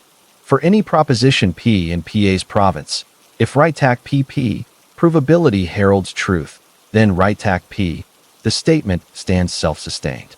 Envision P as a humble hypothesis, say the sky holds 7 shades at sunset. Unprovable yet true in twilight's tapestry. The theorem tempers. PA cannot prove PP for such shy verities, lest it leap to proving the unprovable, a barn owl batting at its own shadow. Formally, it flowers from fixed points, courtesy of Gödel's diagonal lemma.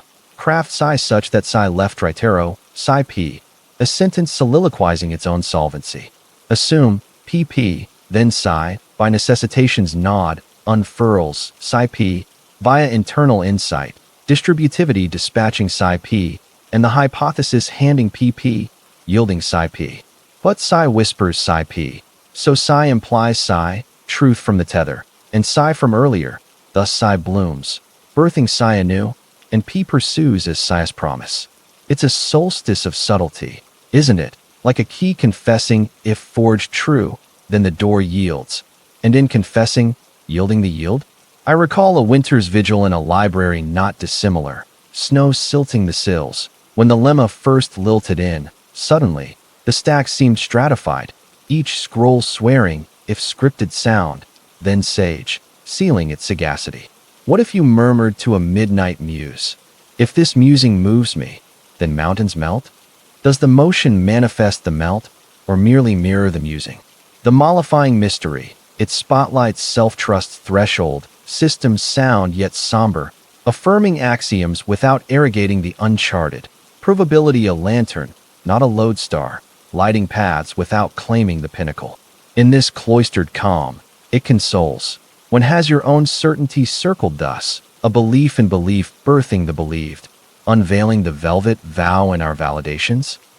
Yet Loeb's lullaby doesn't lilt in loneliness. It lures a luminous lineage of logical liaisons, each a lantern in the lantern-lit lane of self-scribing systems, lending luster to the lore. Contemplate its curry-clad cousin.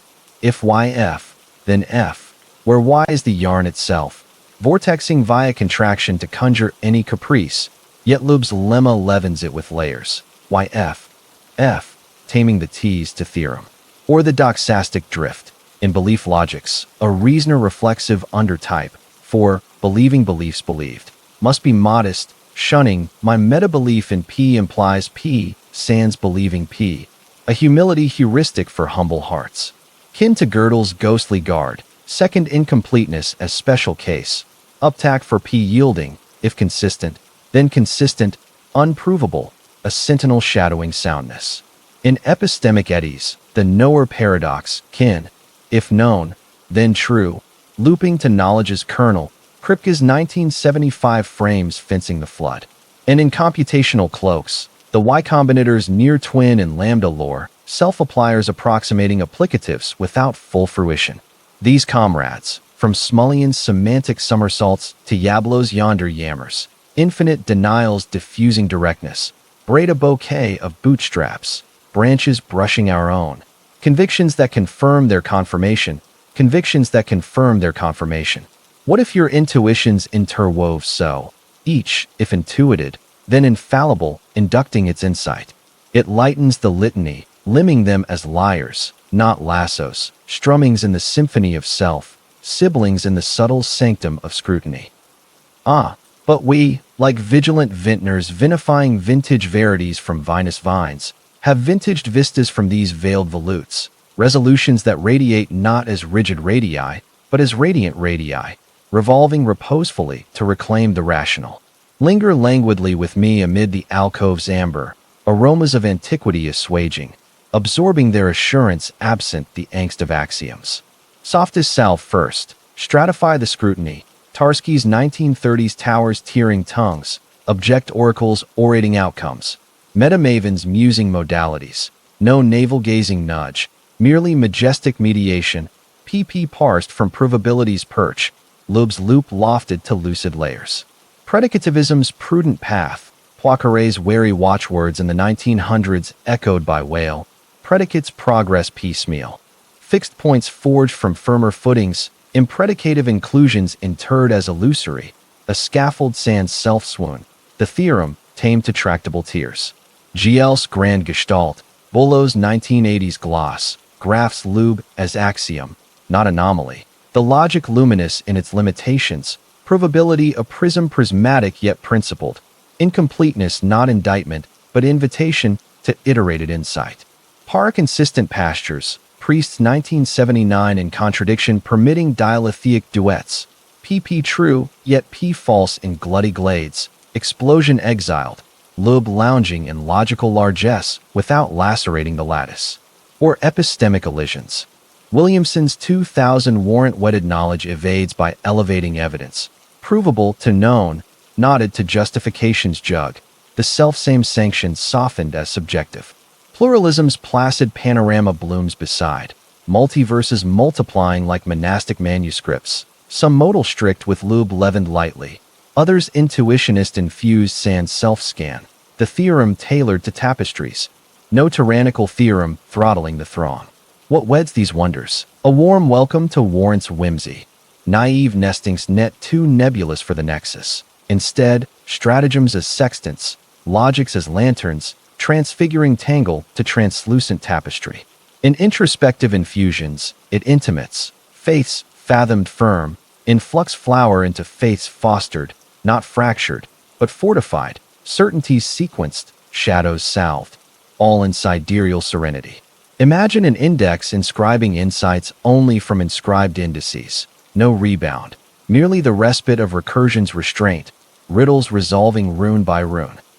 As the cloister's candle consents to consummation, wax weeping into wells of warmth, moonlight mellowing to milky mist, tracery tracing twilight's tender truce, flagstones fading to forgotten filigree, lectern leaning like a listener lulled, what wafts in the waning watch. Loeb's paradox as luminous lyrist, lyricizing how our logics, limbed for lucidity, loop with lyrical latencies, mirroring the mind's modal murmurs, musings that multiply in the mirroring. It mitigates the modality, doesn't it? Modulating mastery as moonbeam's mule, not meridian's merciless mace. And in that mule, the mismatched manifests as melody, merciful and mesmerizing. From Loeb's 1955 reverie to your cloister's closing calm, this provability psalm pulses not to perplex, but to pacify, entreating us to exalt the echoed, the enchantingly endogenous. Thank you for this vellum vigil, this shared saunter through symbols and shade. May its modalities mend your midnights, an evergreen encomium of ease. Picture yourself wandering into an endless arboretum at dusk, where pathways of crushed gravel meander between groves of ancient oaks whose branches interlace like the fingers of old lovers, forming a canopy that filters the fading sun into a mosaic of emerald and gold, dappling the understory with fleeting flecks of light.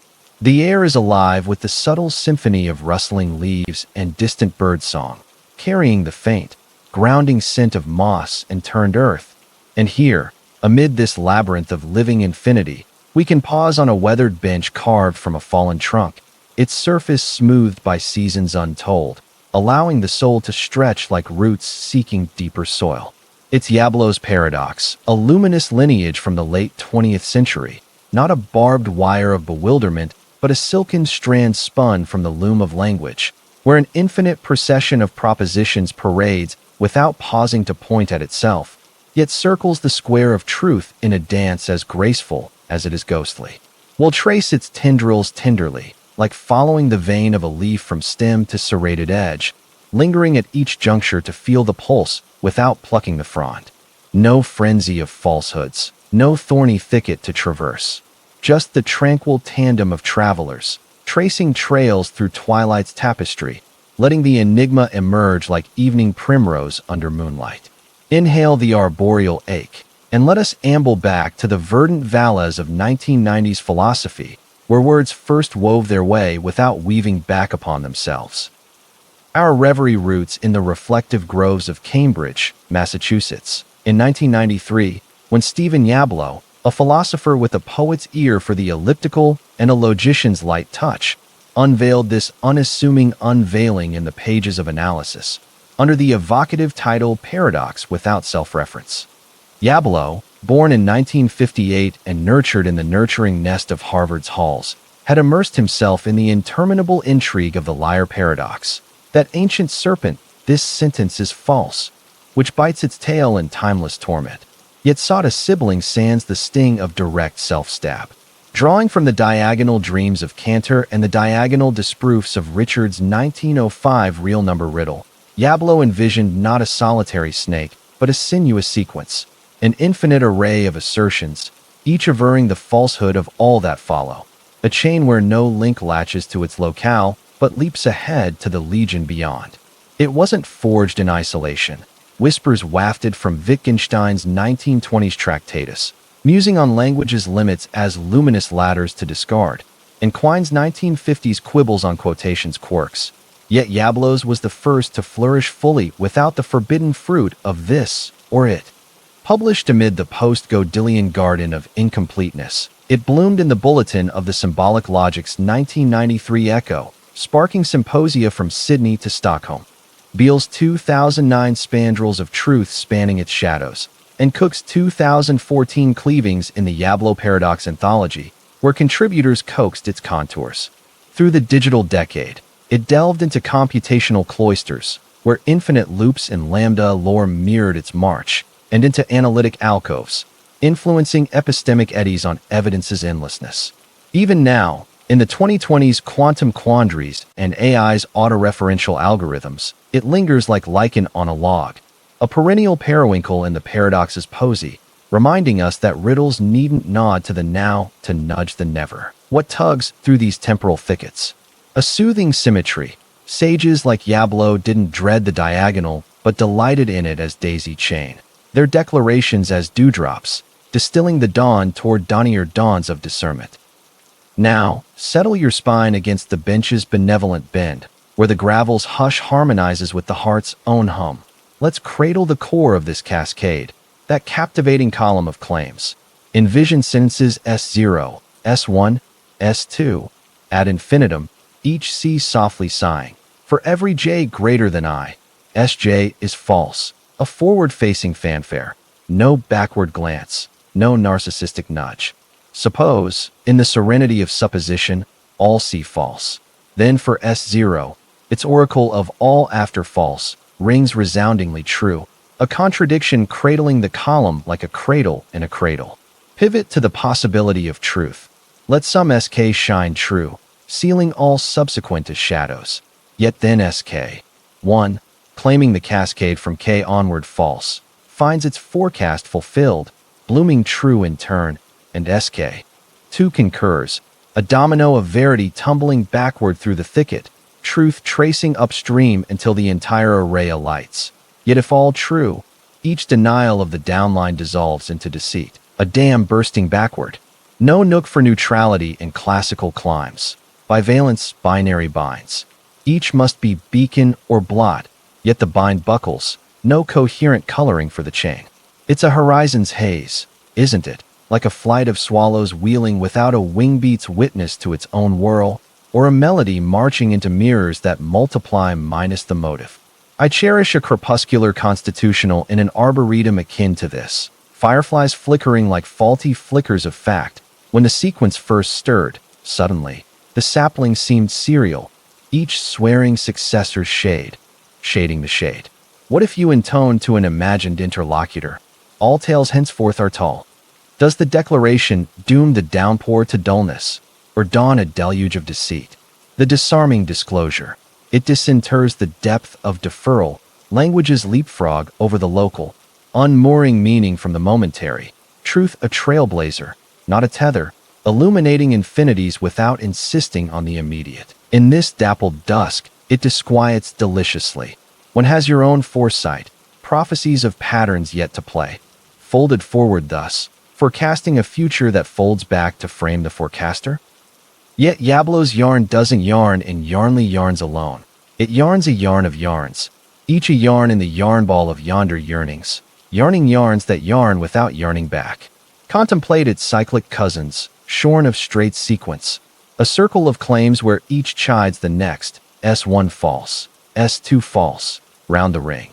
Yet Yablo's yields the yoke, linear yet looping in the limit, a lasso without a loop's latch. Or the no-no nexus, an infinite interleaving of negations, none after no, nesting denials in a no-man's nest, as explored in Beale's bifurcated beds. Then the arithmetic avatar. Embed the edict in epsilon underscore zeros ordinals, each epsilon underscore I etching, all epsilon underscore j, for j greater than I false. A transfinite twist taming the temporal to topological, harmless in hierarchies hush per Cook's 2004 calculus. In infinitary idioms, Priest's 2005 towards non-being transplants it to languages laced with limitless conjunctions, that all after, a single symbol, sidestepping the scatter. And in whimsical whims, the Yablo of yarns, tales T0 onward, T. All TJJ greater than I are fictions, a fable of falsity unfurling without the fable's fold. These kinfolk, from the liar's lingual lash to Richard's real rift diagonal, infinite lists lambasted by a lone lark, lace a lattice of linear lies, limbs linking our own, litanies of later lacks in life's ledger, legacies that lean on the lagging. What if your worries wove likewise, each ensuing error evoking its echo? It lightens the litany, limning them as lianas, not lassos, vines vaulting toward vista's verge, variants in the verdant vault of verisimilitude.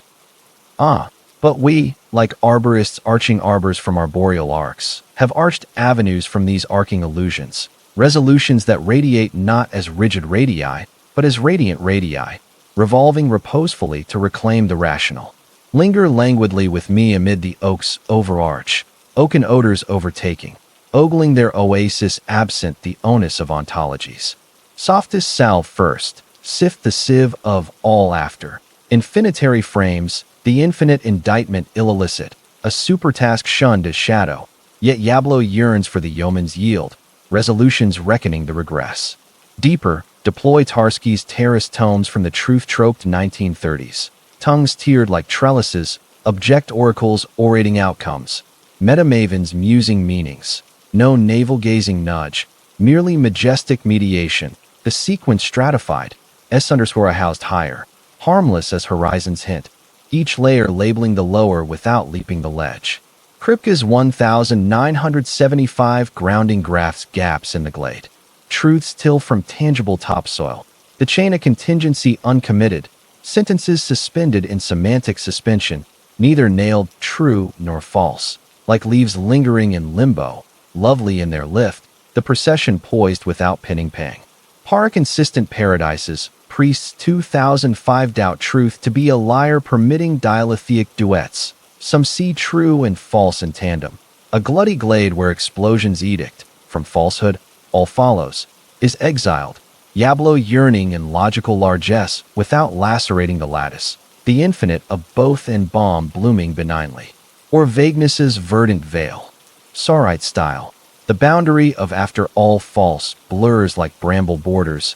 No crisp cut in the continuum, just a gradient greening softly, the paradox paling in the penumbra of partials. Predicativism's prudent path, Whale's watchful way echoed in Fieferman's 1991 finitary forays, predicates progress piecemeal.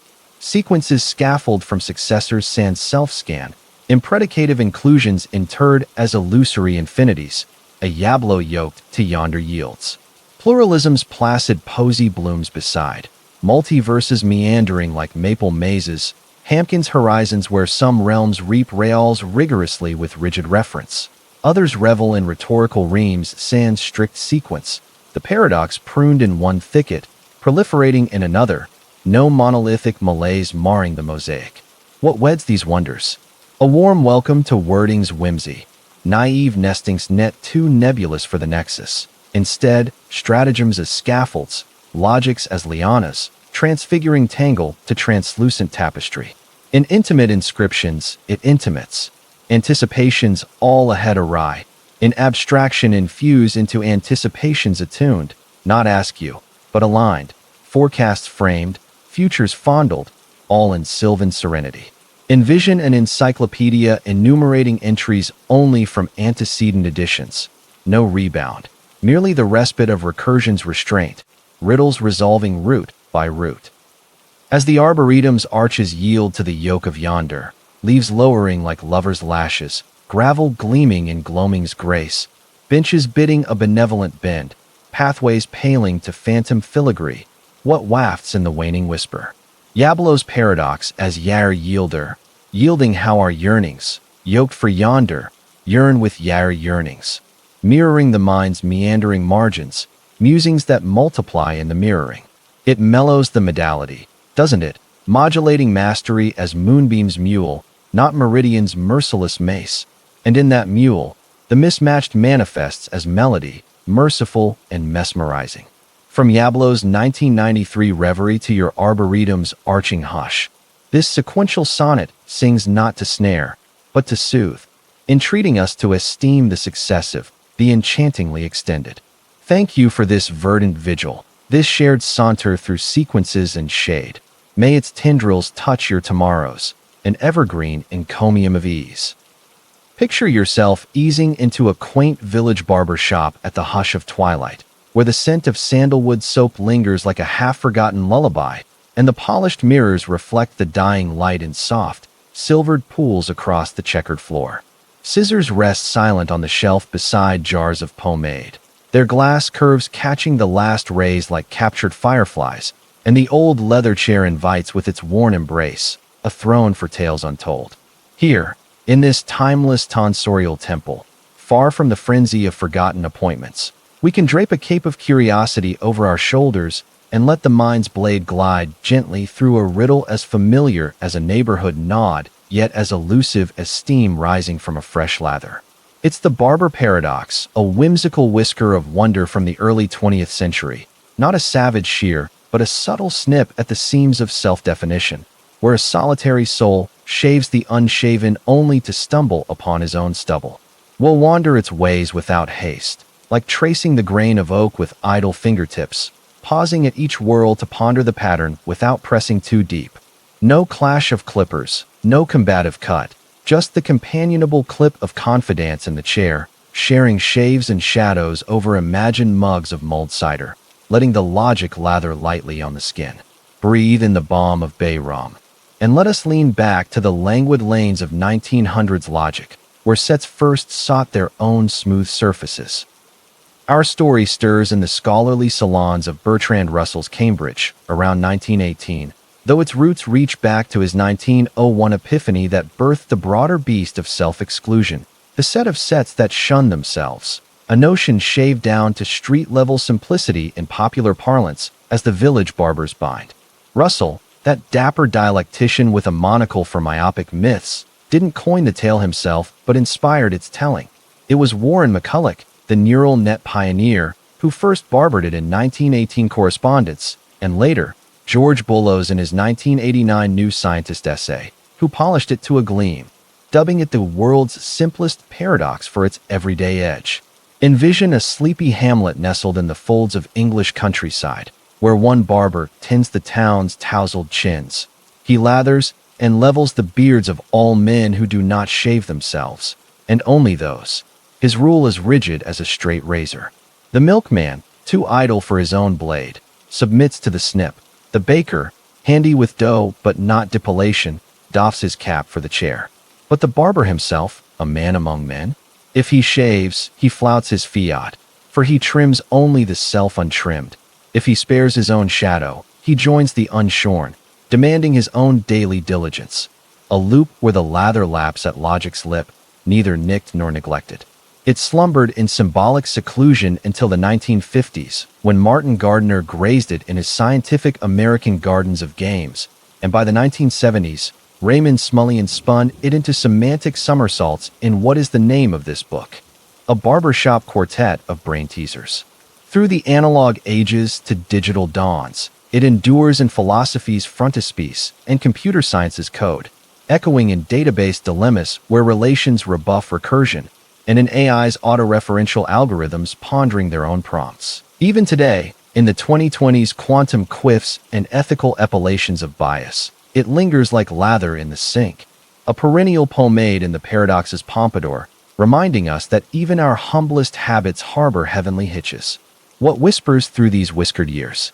A comforting closeness. Storytellers like Bullo's didn't dread the dilemma but dressed it down, their declarations as depilatory creams, soothing the stubble towards smoother symmetries of sense.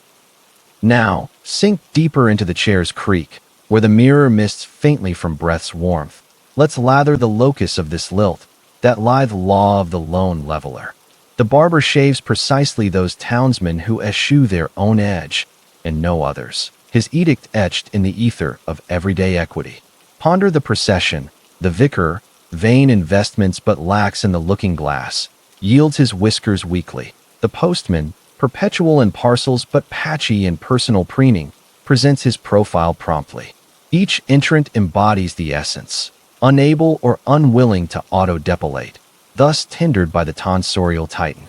But the barber, beholding his own reflection, does the blade bypass his own bristles, rendering him raw and thus ripe for his rule, a self-shunning soul summoning his shears? Or does he deftly depilate his dial, only to orphan himself from his own ordinance, a self-shearer spared by stipulation? The snare snaps shut softly. Action affirms avoidance. Avoidance affirms action, a Mobius of mandible, where the mirror mocks the mandate, the rule razoring its own reflection. It's a twilight trim, isn't it? Like a candle casting its own shadow across the wick, or a riverbank eroding its own edge in endless embrace. I recall a rainy rendezvous in a real razor's row, steam fogging the glass. When the conundrum first clipped close, suddenly, the sud seemed self-similar, each bubble barring its burst. What if you envisioned a valet in a vast villa, vesting only those who vest not themselves? Does his own attire attend or absent? The answer airs easily. The axiom assumes a closed commune of cutters, yet the barber's bind broadcasts the broader breach, self-reference subtle sabotage, not a solitary sin, but a symptom of sets sans safeguards, where comprehension claims too comprehensive a cloak. In this tonsorial twilight, it tends tenderly. One has your own routine, habits honed for harmony, hinted at such halcyon hitches, a practice pondering its own practitioner? Yet the barber's bird doesn't buzz in barberly buzz alone. It buzzes a buzz of buzzing brethren, each a buzz in the beehive of bounded behaviors, buzzing buzzes that buzz without buzzing back. Consider its set theoretic sibling, Russell's relational rift.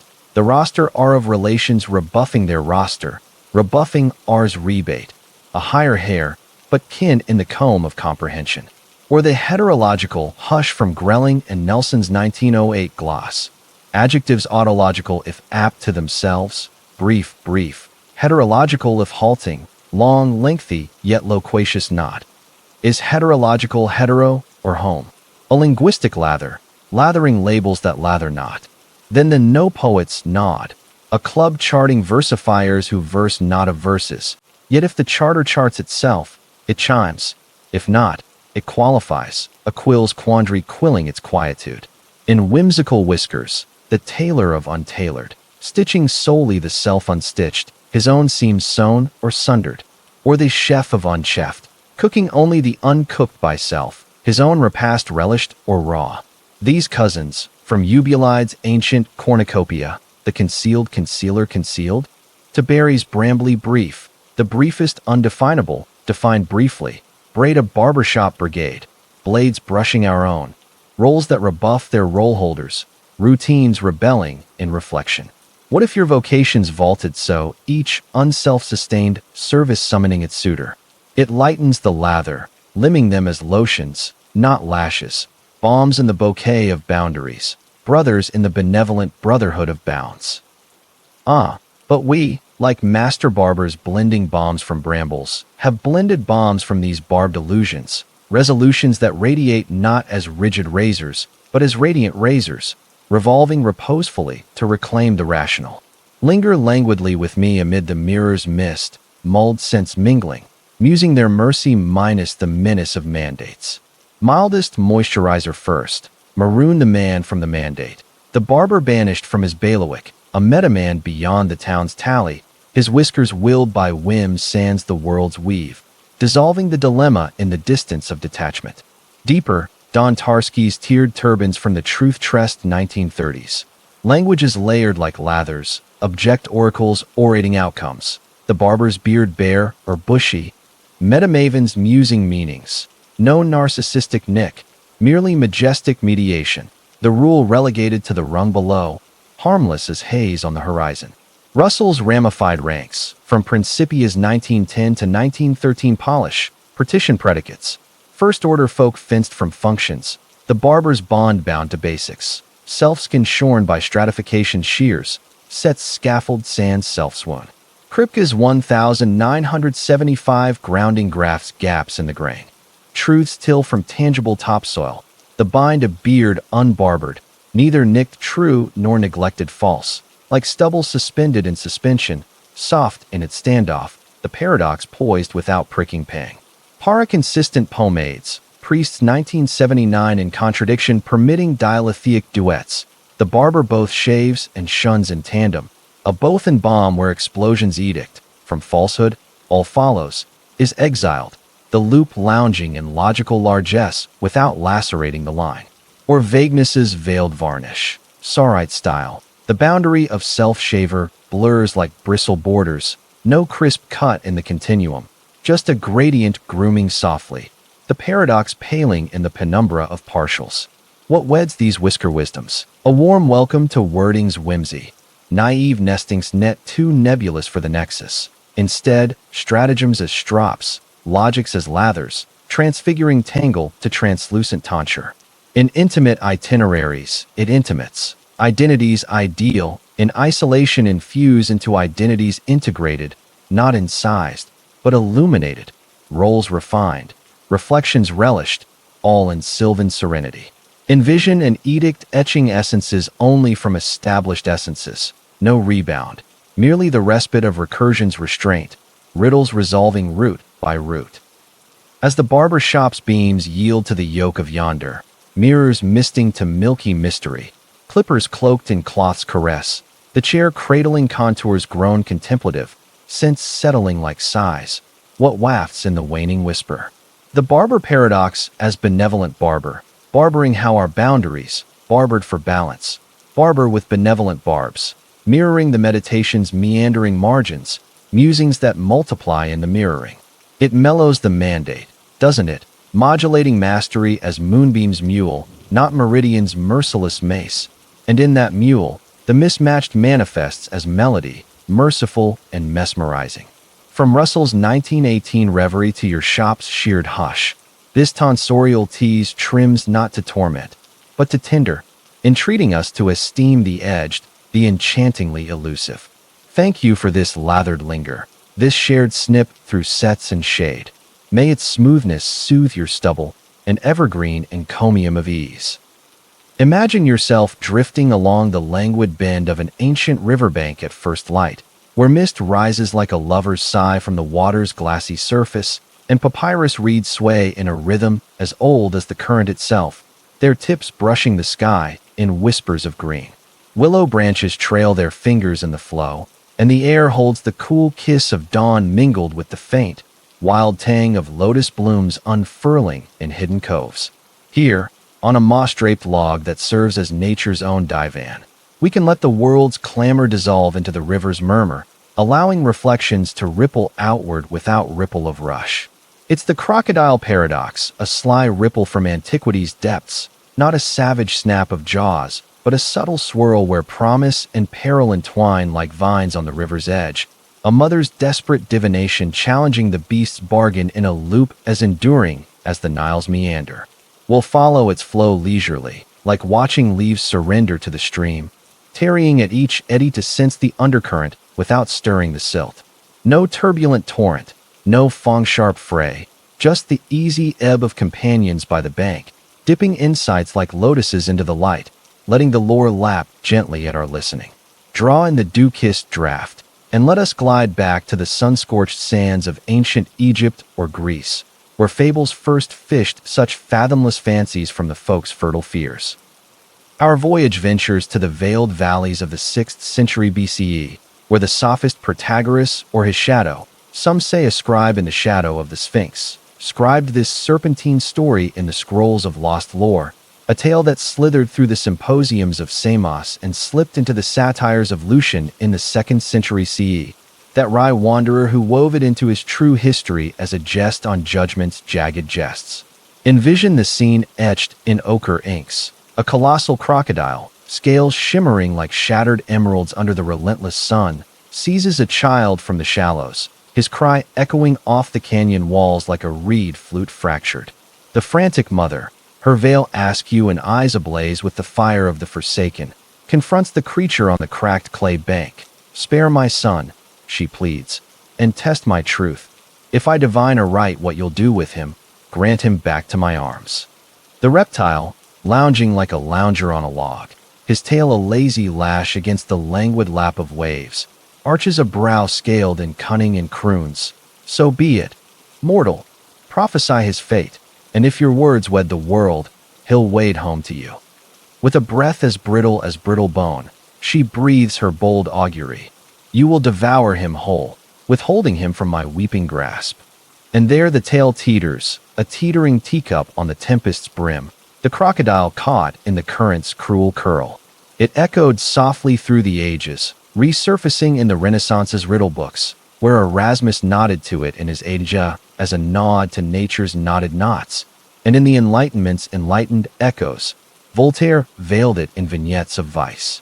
By the 19th century, Lewis Carroll, that whimsical wordsmith, whispered variants in his Wonderlands, where logic's looking-glass gleamed with such gleams. And into our era, it inhabits the hushed halls of decision theory, a quiet quandary in game-theoretic games where Nash equilibria nod to its nuance, and in psychology's probing pools, pondering the pangs of prediction's peril.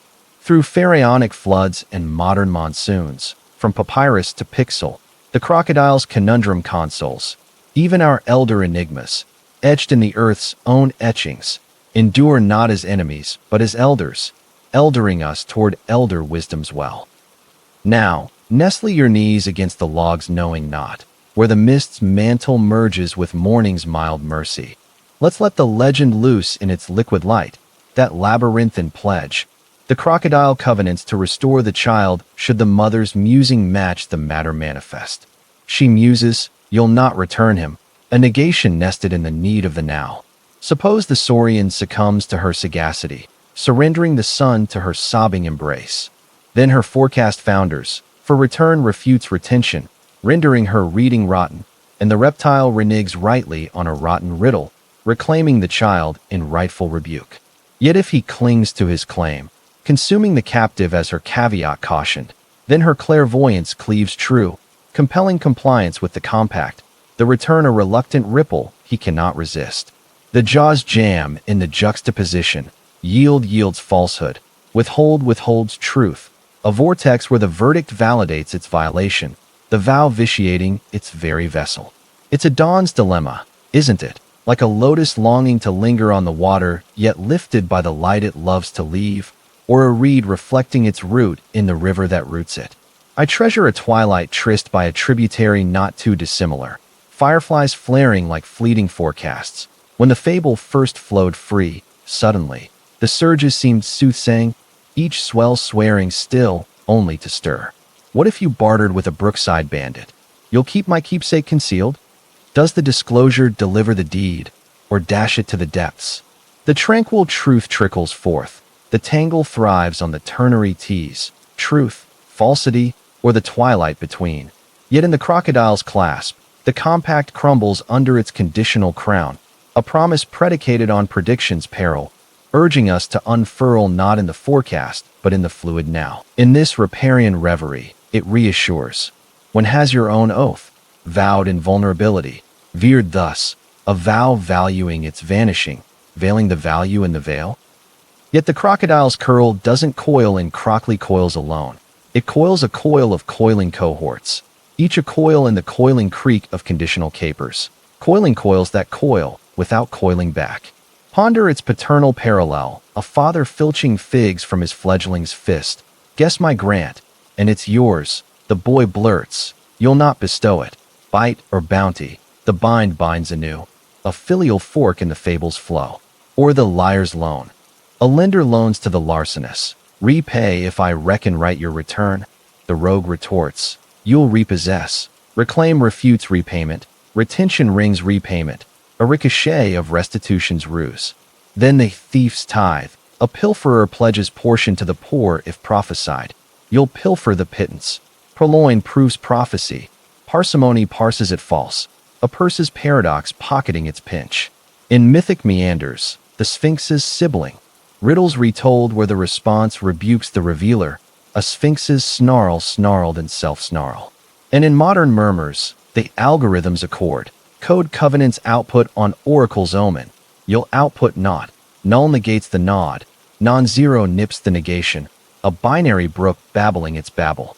These comrades, from Epimenides' ethnic echo, all Cretans crook, to Newcomb's neural nudge, predictors prescience pitting choice, craft a current of cunning covenants, currents carrying our own, covenants that condition their contravention, compacts cradling their crack. What if your compacts cascaded so, each, if intact, then intact, inducting its infraction? It lightens the lagoon, limbing them as lilies, not leeches, blooms buoying the bayou of bargain, brethren in the benevolent bay of binds. But we, like rivermen reading the river's rune from reed to ripple, have readied reaches from these rippling ruses, resolutions that radiate not as rigid rafts, but as radiant rafts, rowing reposefully to reclaim the rational. Linger languidly with me amid the lotus's languor, lotus-like lassitude lulling, luxuriating their lenity lest the lash of litanies. Mildest mooring first, moot the mother's mantle, her musing a metamis, the crocodile's compact cleaved from clairvoyance's claim, a pact parsed as promise if prophecy pure, yet her prophecy a poisoned premise, permitting the predator's prerogative to pilfer sans pang, the paradox pruned by parsing the pledge.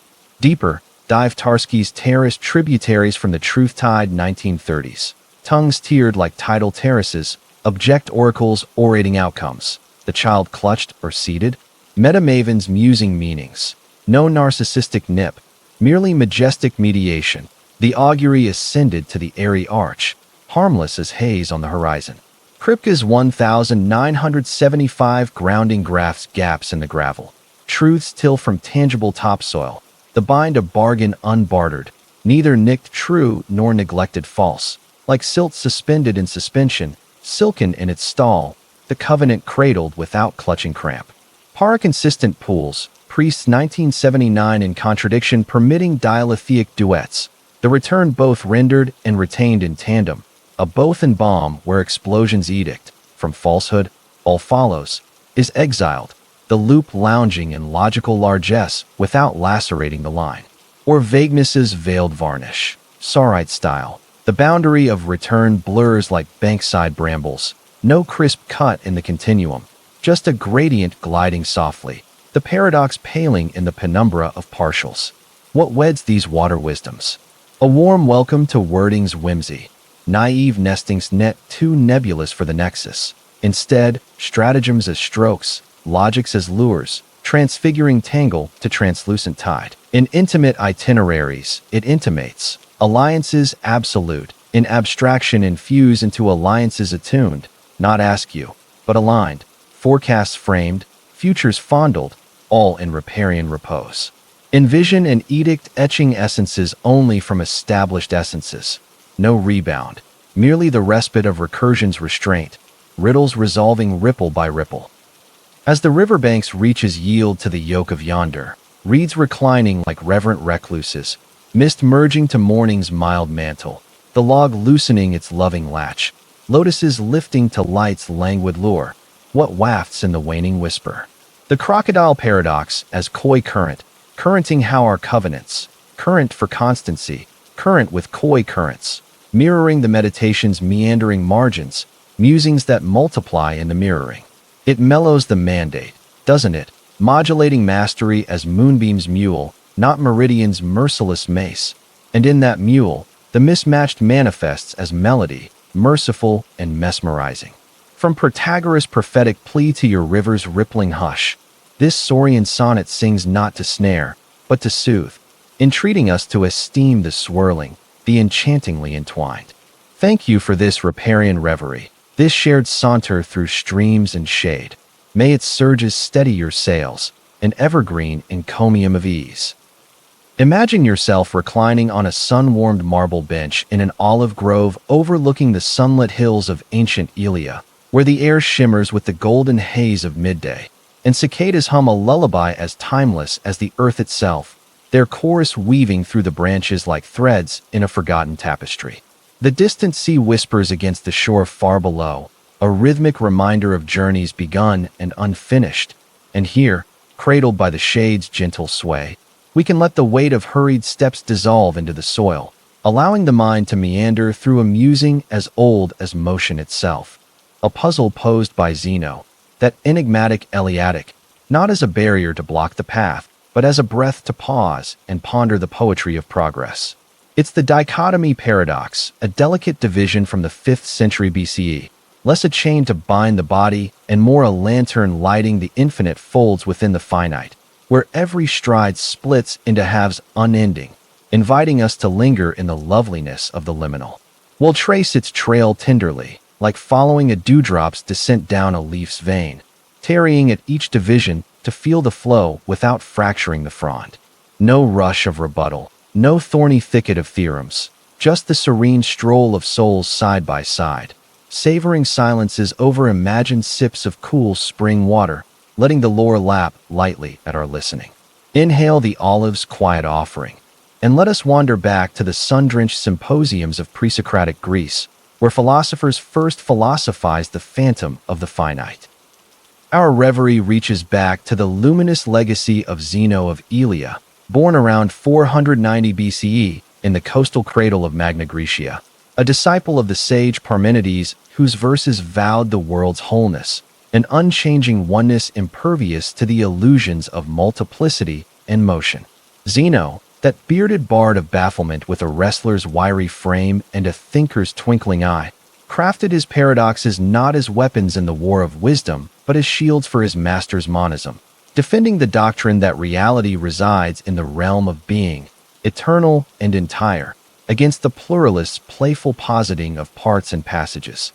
The dichotomy, one of his 4 famed fancies, Achilles' chase, the arrow's arrest, the stadium's shuffle, unfolds in fragments preserved by Aristotle in his Physics, around 350 BCE, where the Stagirite sighs at its subtlety, likening it to a sieve sifting sand through sophistry. Envision Zeno in the agora's amber afternoon, his voice a velvet rumble amid the marble murmurs. To traverse from this olive to that oak, one must first have the hollow, then quarter the quotient, then eighth the excess, ad infinitum.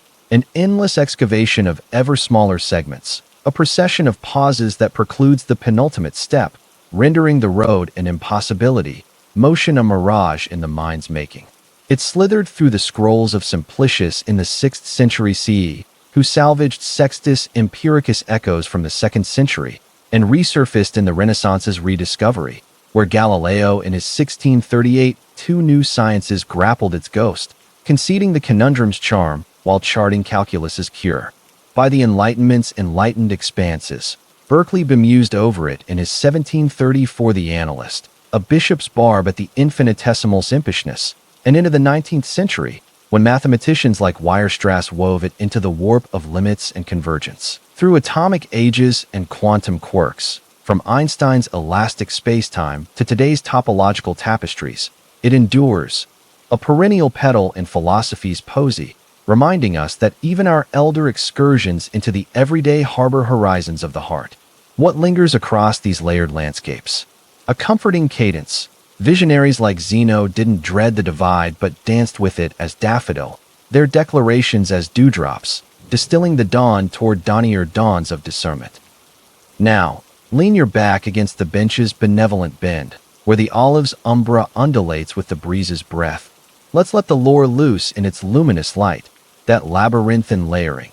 To journey a jugful of jots, say from Grove's Gate to Garden's Glow, one must master the midpoint first, a mere moiety midway, then the midway of the moiety, a miniature midway mocking the magnitude, having into the haze of the hair's breadth, an infinite itinerary of increments too tiny for the toes touch, the terminus tantalizingly deferred in the detritus of divisions.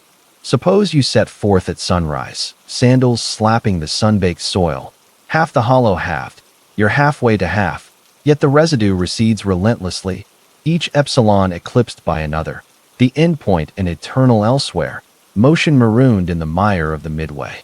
It's a midday musing, isn't it? Like a sunbeam splintering through leaves into ever finer flecks, or a melody measured in measures that multiply minus measure. I cherish a siesta in such a setting, shadows shifting like shifting sands. When the fancy first flickered, suddenly, the stride seemed segmented, each step swearing successor sundered in the sunder. What if you whispered to a wandering wayfarer, to reach the ridge, relish the ravine halfway? Does the having halt the hike, or herald the harmony of the whole? The disarming disclosure. It disinters the depth of the discrete, space's seamless splice into sums that sum to serenity. Progress a procession of pauses, not paralysis, the infinite an invitation to the intimate. In this dappled daydream, it disquiets deliciously. When has your own odyssey, ambitions halved in hesitation, hinted at such halcyon havings, a path pondering its own parcels? Yet Zeno's zoning doesn't zone in zoning alone. It zones a zone of zoning zones, each a zone in the zoning zephyr of zonal zests, zoning zones that zone without zoning back. Contemplate its swift-footed sibling, Achilles and the tortoise. The hero have behind the hare's head start, having the handicap in hot pursuit, yet the plotter plods perpetually ahead, the pursuer pursuing a phantom forever fled, a fleet-footed fancy fleeing the fleet, or the arrow's arrest. At any atom of an instant, the shaft suspended in stasis, a snapshot sans sweep, motion melted into the momentary, the flight of fiction of frozen frames. Then the stadium's shuffle, rows of chariots charging in choreographed chase, shadows shifting in syncopated silence, velocities veiled in the visual vortex, place a placeholder for the placeless. In mythic meanders, the Theseus thread twist, the maze halved at every hall, the Minotaur's lair a labyrinth of lost loci, halved in the having. And in modern murmurs, the quantum quandary, particles parceling paths in probabilistic parcels, superposition splitting into slits unending, observation observing the observer's oversight. These comrades, from Heraclitus' herky-jerky flux to Bergson's bergs of duration, time's thickness trumping the tick, craft a current of cunning cleavages, currents carrying our own, endeavors divided in doubt, drifts that defer their dock. What if your dreams drifted so, each halfway haven, halved in the having? It lightens the litany, limbing them as larks, not lassos, flights in the flotilla of fragments, fellows in the felicitous fellowship of finites.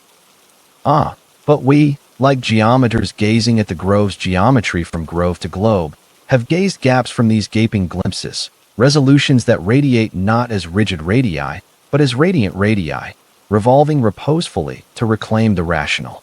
Linger languidly with me amid the olive's opulence, oaken odors overtaking, ogling their oasis absent the onus of ontologies.